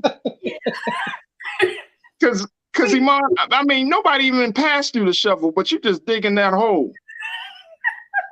That's what I'm like. I was like, who child? I wish the best for Kanye. I really do. Yeah, Iman, come on, yo. Jawan, you checked him. Jawan, always a faithful watcher, loyal supporter of us here on the Culture and the Black Star Network. You said, I also heard that the school isn't even accredited, so what parent in their right mind would enroll their kids there? There are a lot of people, you know what, and you know what, you're right, it's not accredited. But here's the thing, this shows us the power of celebrity. The power of celebrity is, again, and people always blame the parents and stuff, but the parents are adults, are human beings. People are enamored with celebrities. They are enamored. We all are. We all have been raised to believe that celebrity are good moral people. We don't, it breaks our hearts and it does something to our psychosis when we see celebrities do some wild shit. Whether when they violate or when their ideas don't work. We're so conditioned to believe if you have money, you have fame, then you must be morally in the right place. And we're seeing each and every day in this country, that is not the case. That regardless of all of the great incentives that celebrities have been, the materialism and all that stuff that they've been blessed with, at the end of the day, they are human beings that make wrong choices. They sometimes don't know what they're doing. And we should stop placing our hope and faith in their quote unquote brilliance all the time. Because some of them aren't as smart as we think they are. Mm-hmm. Their PR team is great. And you know what? That's Iman, that's the comment of the day. I'm telling you. You start to believe, somebody told me years ago, don't get into a space, Farajii, where you start to believe your own press release. Mm-hmm. I was like, damn. Whoever wrote that press release for Donda, from a man that wears a Mexican wrestler mask and them space boots 11s, and you gonna send your kids there, good luck to you, okay? Good luck to you. All right, let me go to some of these comments. Jawan, thank you so much. Corinna, you say Kanye simply thinks he has all power because of his stature. That stupid recent comment, argue with folks broker than me. Why keep making deals instead of your own damn company? Well, he said, I'm gonna start my own damn school. So it's Corinna, I don't know why. I don't know why people still do deals with him. I don't know why. Thank you so much. He's trying to indoctrinate the children. That's what now you're getting into nefarious purposes. You feel what I'm saying? They're getting to a dark place. Because he originally, remember, this really came out of his disdain with his child, with his daughter's school. He was like, I'm gonna take her out and I'm gonna start my own school. Y'all remember that happened like a couple of weeks ago. Uh-huh. And he said to Kim, I'm gonna pull her out. And Kim was like, no, you're not either. You ain't pulling them out of a real school to start some school that nah, bro, you need some help. Michelle Ray, you said, will Kanye's children be attending his school? Nope. That ain't happening, Michelle. You know that. Michelle, excuse me. Conscious Thought, you said, we are talking about Kanye West, an individual has consistently projected erratic, unstable behavior. Trump Oval Office, White House spectacle. Only we denigrate each other for trying something. Are we denigrating him for trying for something? Oh, is that what we're doing? It's them, y'all. It's them. You know what? Here's the same thing. And this is anytime a black person get into a little situation, and somebody always be like, we always wanted down a black man. No, it's called checks and balances. That's exactly what it is. The culture needs checks and balances. You way out of line, bro. You way out of line, sis. The culture needs checks and balances. Why we get mad when we check our own people for some of the stupid stuff they do?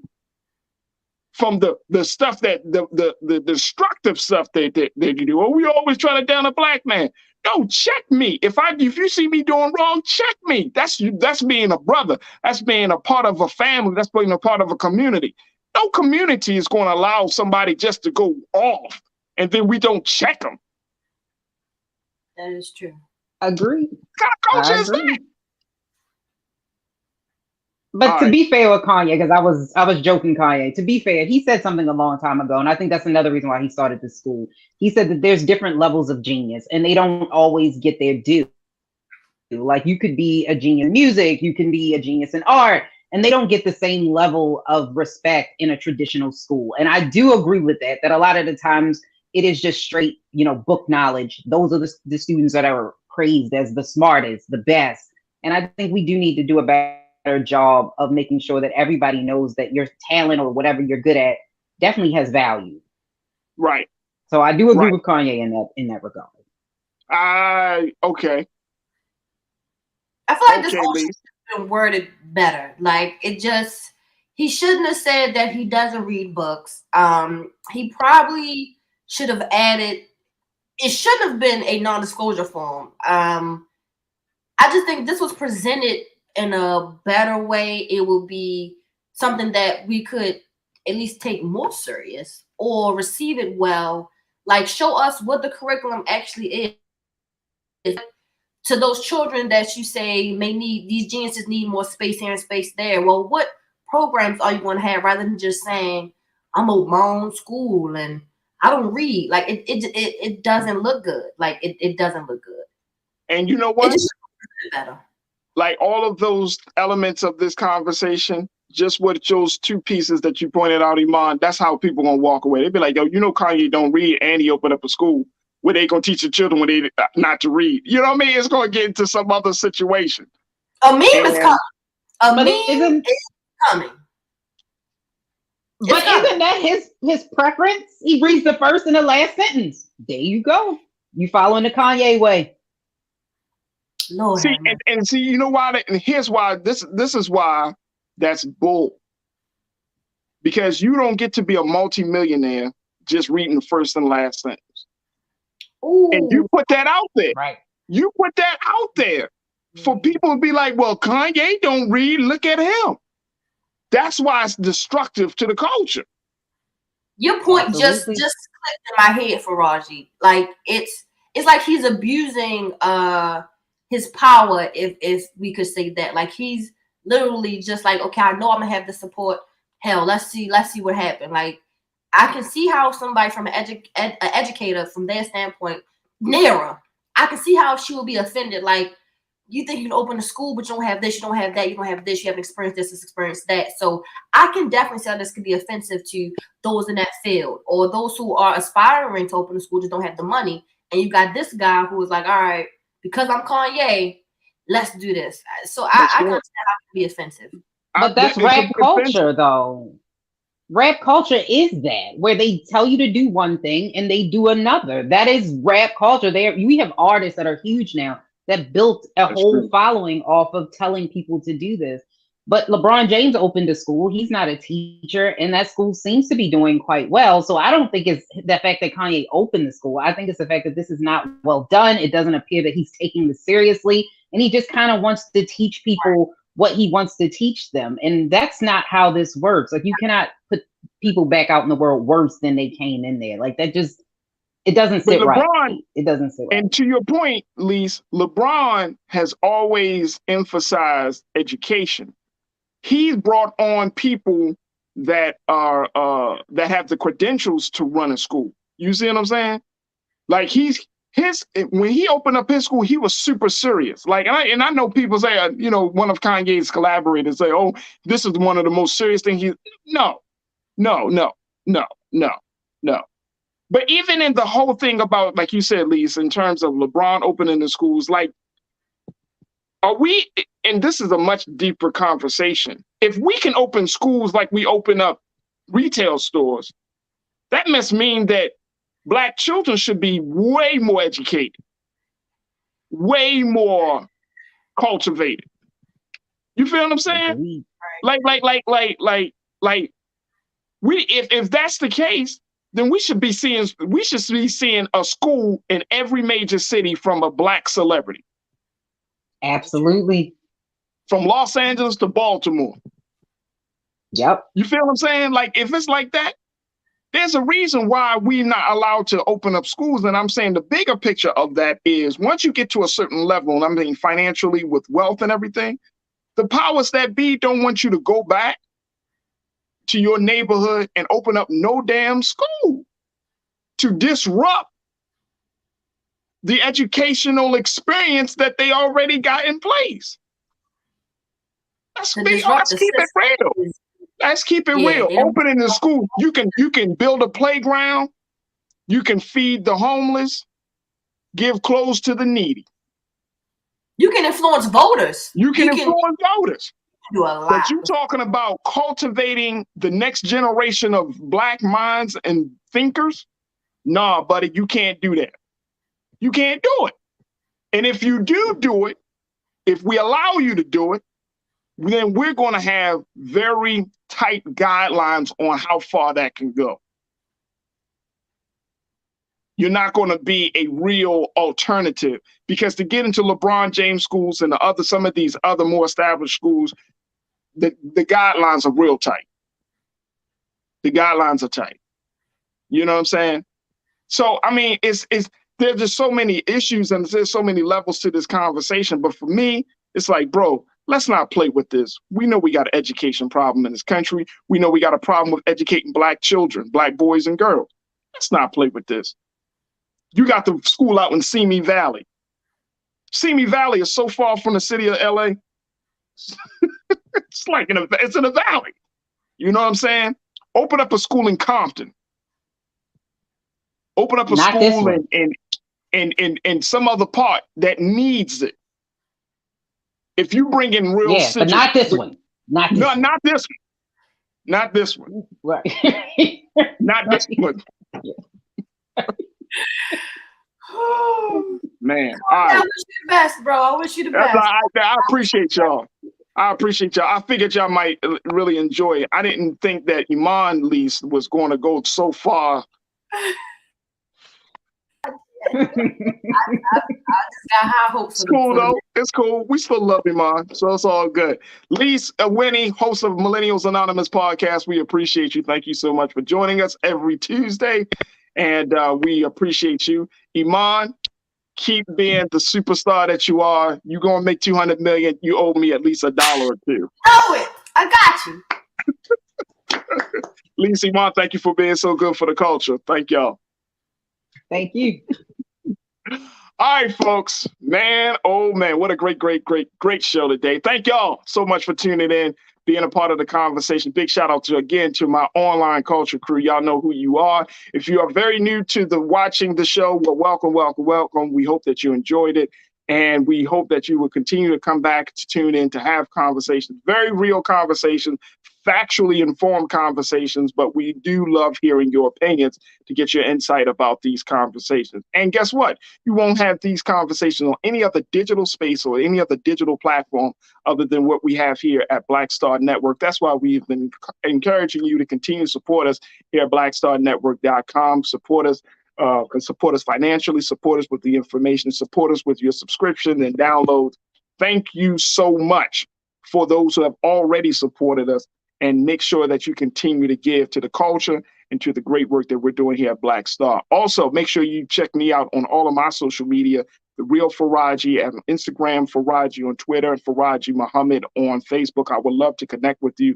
I do follow back, and most importantly, let's continue to have these conversations as we are doing our best to try to shift the culture in a much more progressive space that is going to truly benefit all of us and our people, so and our children and our children's children. So make sure y'all connect with me on all social media platforms at Farajii Muhammad. All right, that's going to do it for me. Thank you. I want to thank my dynamic behind the scenes team, Joel and Shannon. I want to thank Ariel, my man King Keenan. I want to thank my control room for making this broadcast so good. And make sure y'all stay tuned. Up next is Roland Martin Unfiltered at 6 p.m. Eastern Standard Time. As always, folks, never be afraid to challenge what's wrong. Stand for what's right while being yourself in the process. God willing, we'll talk tomorrow for another exciting edition of The Culture right here, exclusively here, only here on the Black Star Network. Peace.